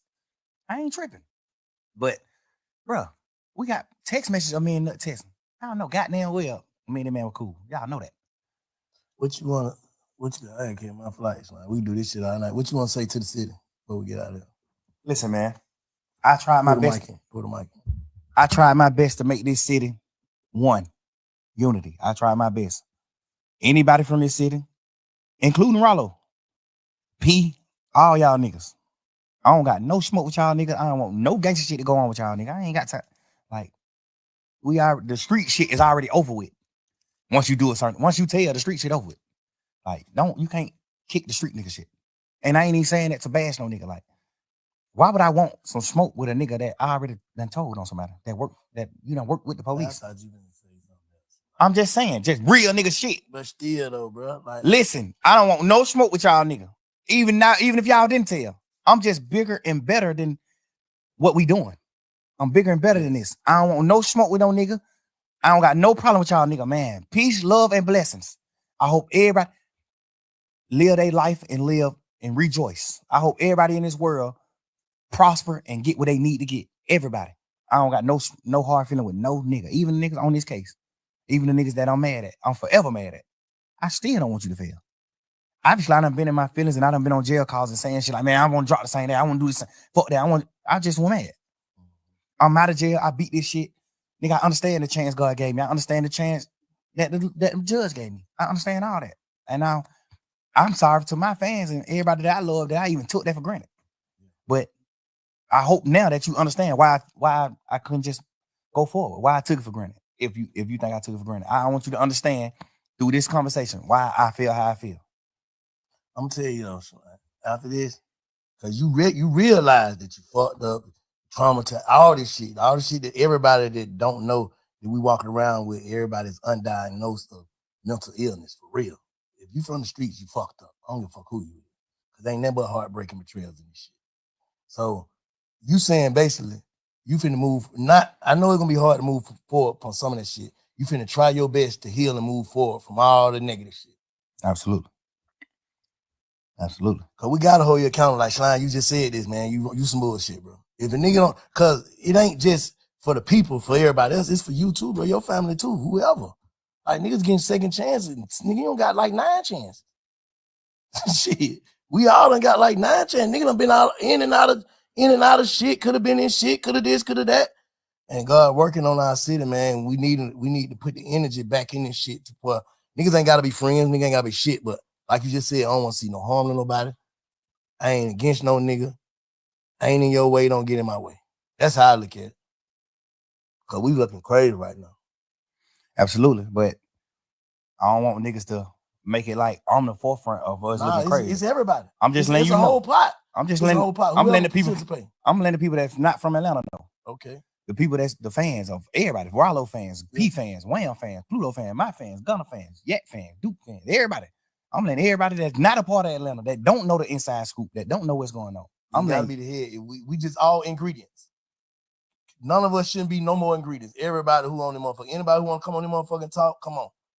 But no ingredient. Don't be an ingredient, bro. To the devil gumbo. Shit. I want everybody in this world to prosper. This is my honest God opinion. I want everybody in this world to prosper, no matter what you did, no matter what you did wrong, because everybody done did wrong shit. Everybody done did bad shit. You know, everybody done did something bad. Everybody done did something that wasn't godly. When you a street nigga and you a gangster, I don't give a damn if it come down to you selling drugs. That's bad. You sold somebody drugs. They could die from that. Everybody done did bad shit. So I'm not really tripping. I'm just telling you just a few of my opines, like how I feel about certain shit. And why I feel like your best question to me was, why the hell you ain't do what you need to do when you got out? Because I understood the blessing that I got. I understood the judge talking to me and looking me face to face saying, nigga, you the one, bruh. She gonna blame you. You go back in there. I'm already knowing, but I ain't gonna give her no reason to. Yeah, can't. You know what I'm saying? I'm going forward with my life, bro. Like, I ain't tripping, bro. I just feel like at this point, I ain't never spoke on it because I was just a man. Like, I'm just on some shit like, man, we going fuck that shit. I'm a man. Y'all niggas some rat. Y'all niggas did what wrong. I was just living in that dream. But now just having a conversation with you and talking and just like feeling it.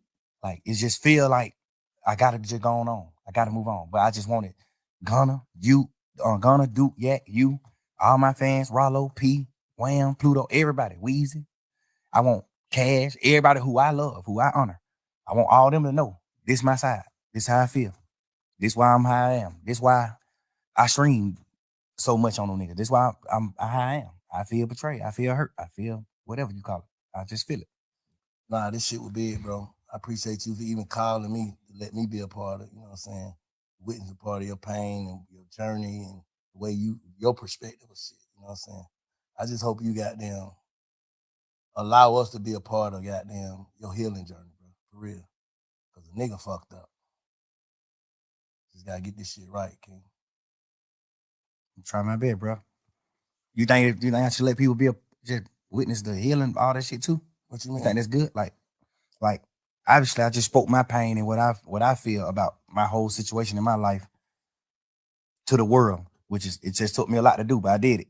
You think I should let people in on my healing process too? Yeah. Ain't no other way. Like, shit, cause, bro, one thing about it, bro, I don't know, you locked up, bro. Like, bro, my partner passed away, bro. Like, it wouldn't work without other people goddamn helping me and talking to me and pushing me through. That shit wouldn't work, bro. Like, that's the worst shit I ever felt in my life. I was already on a transition side, like, just anyway, just when y'all need to caught them case, I'm like, oh, they snatching niggas ass up. That shit kind of did something to me. Like, I ain't trying to go sit in that motherfucker. Niggas, a bunch of nigga lying on me. So I just straight told God, if they ain't got me for nothing that I already did, I ain't doing nothing else.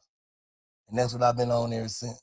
You know what I'm saying? And I don't take shit personal. Like, I used to just, like this, take everything personal. I don't take that personal. That's the first thing, bro. Get that book, bro. Full Agreement, dog. And just listen to it on your phone. Whenever you ride to the studio, Full Agreement gonna show you, but you can't take shit personal. Have you ever read the fifth agreement? Nah.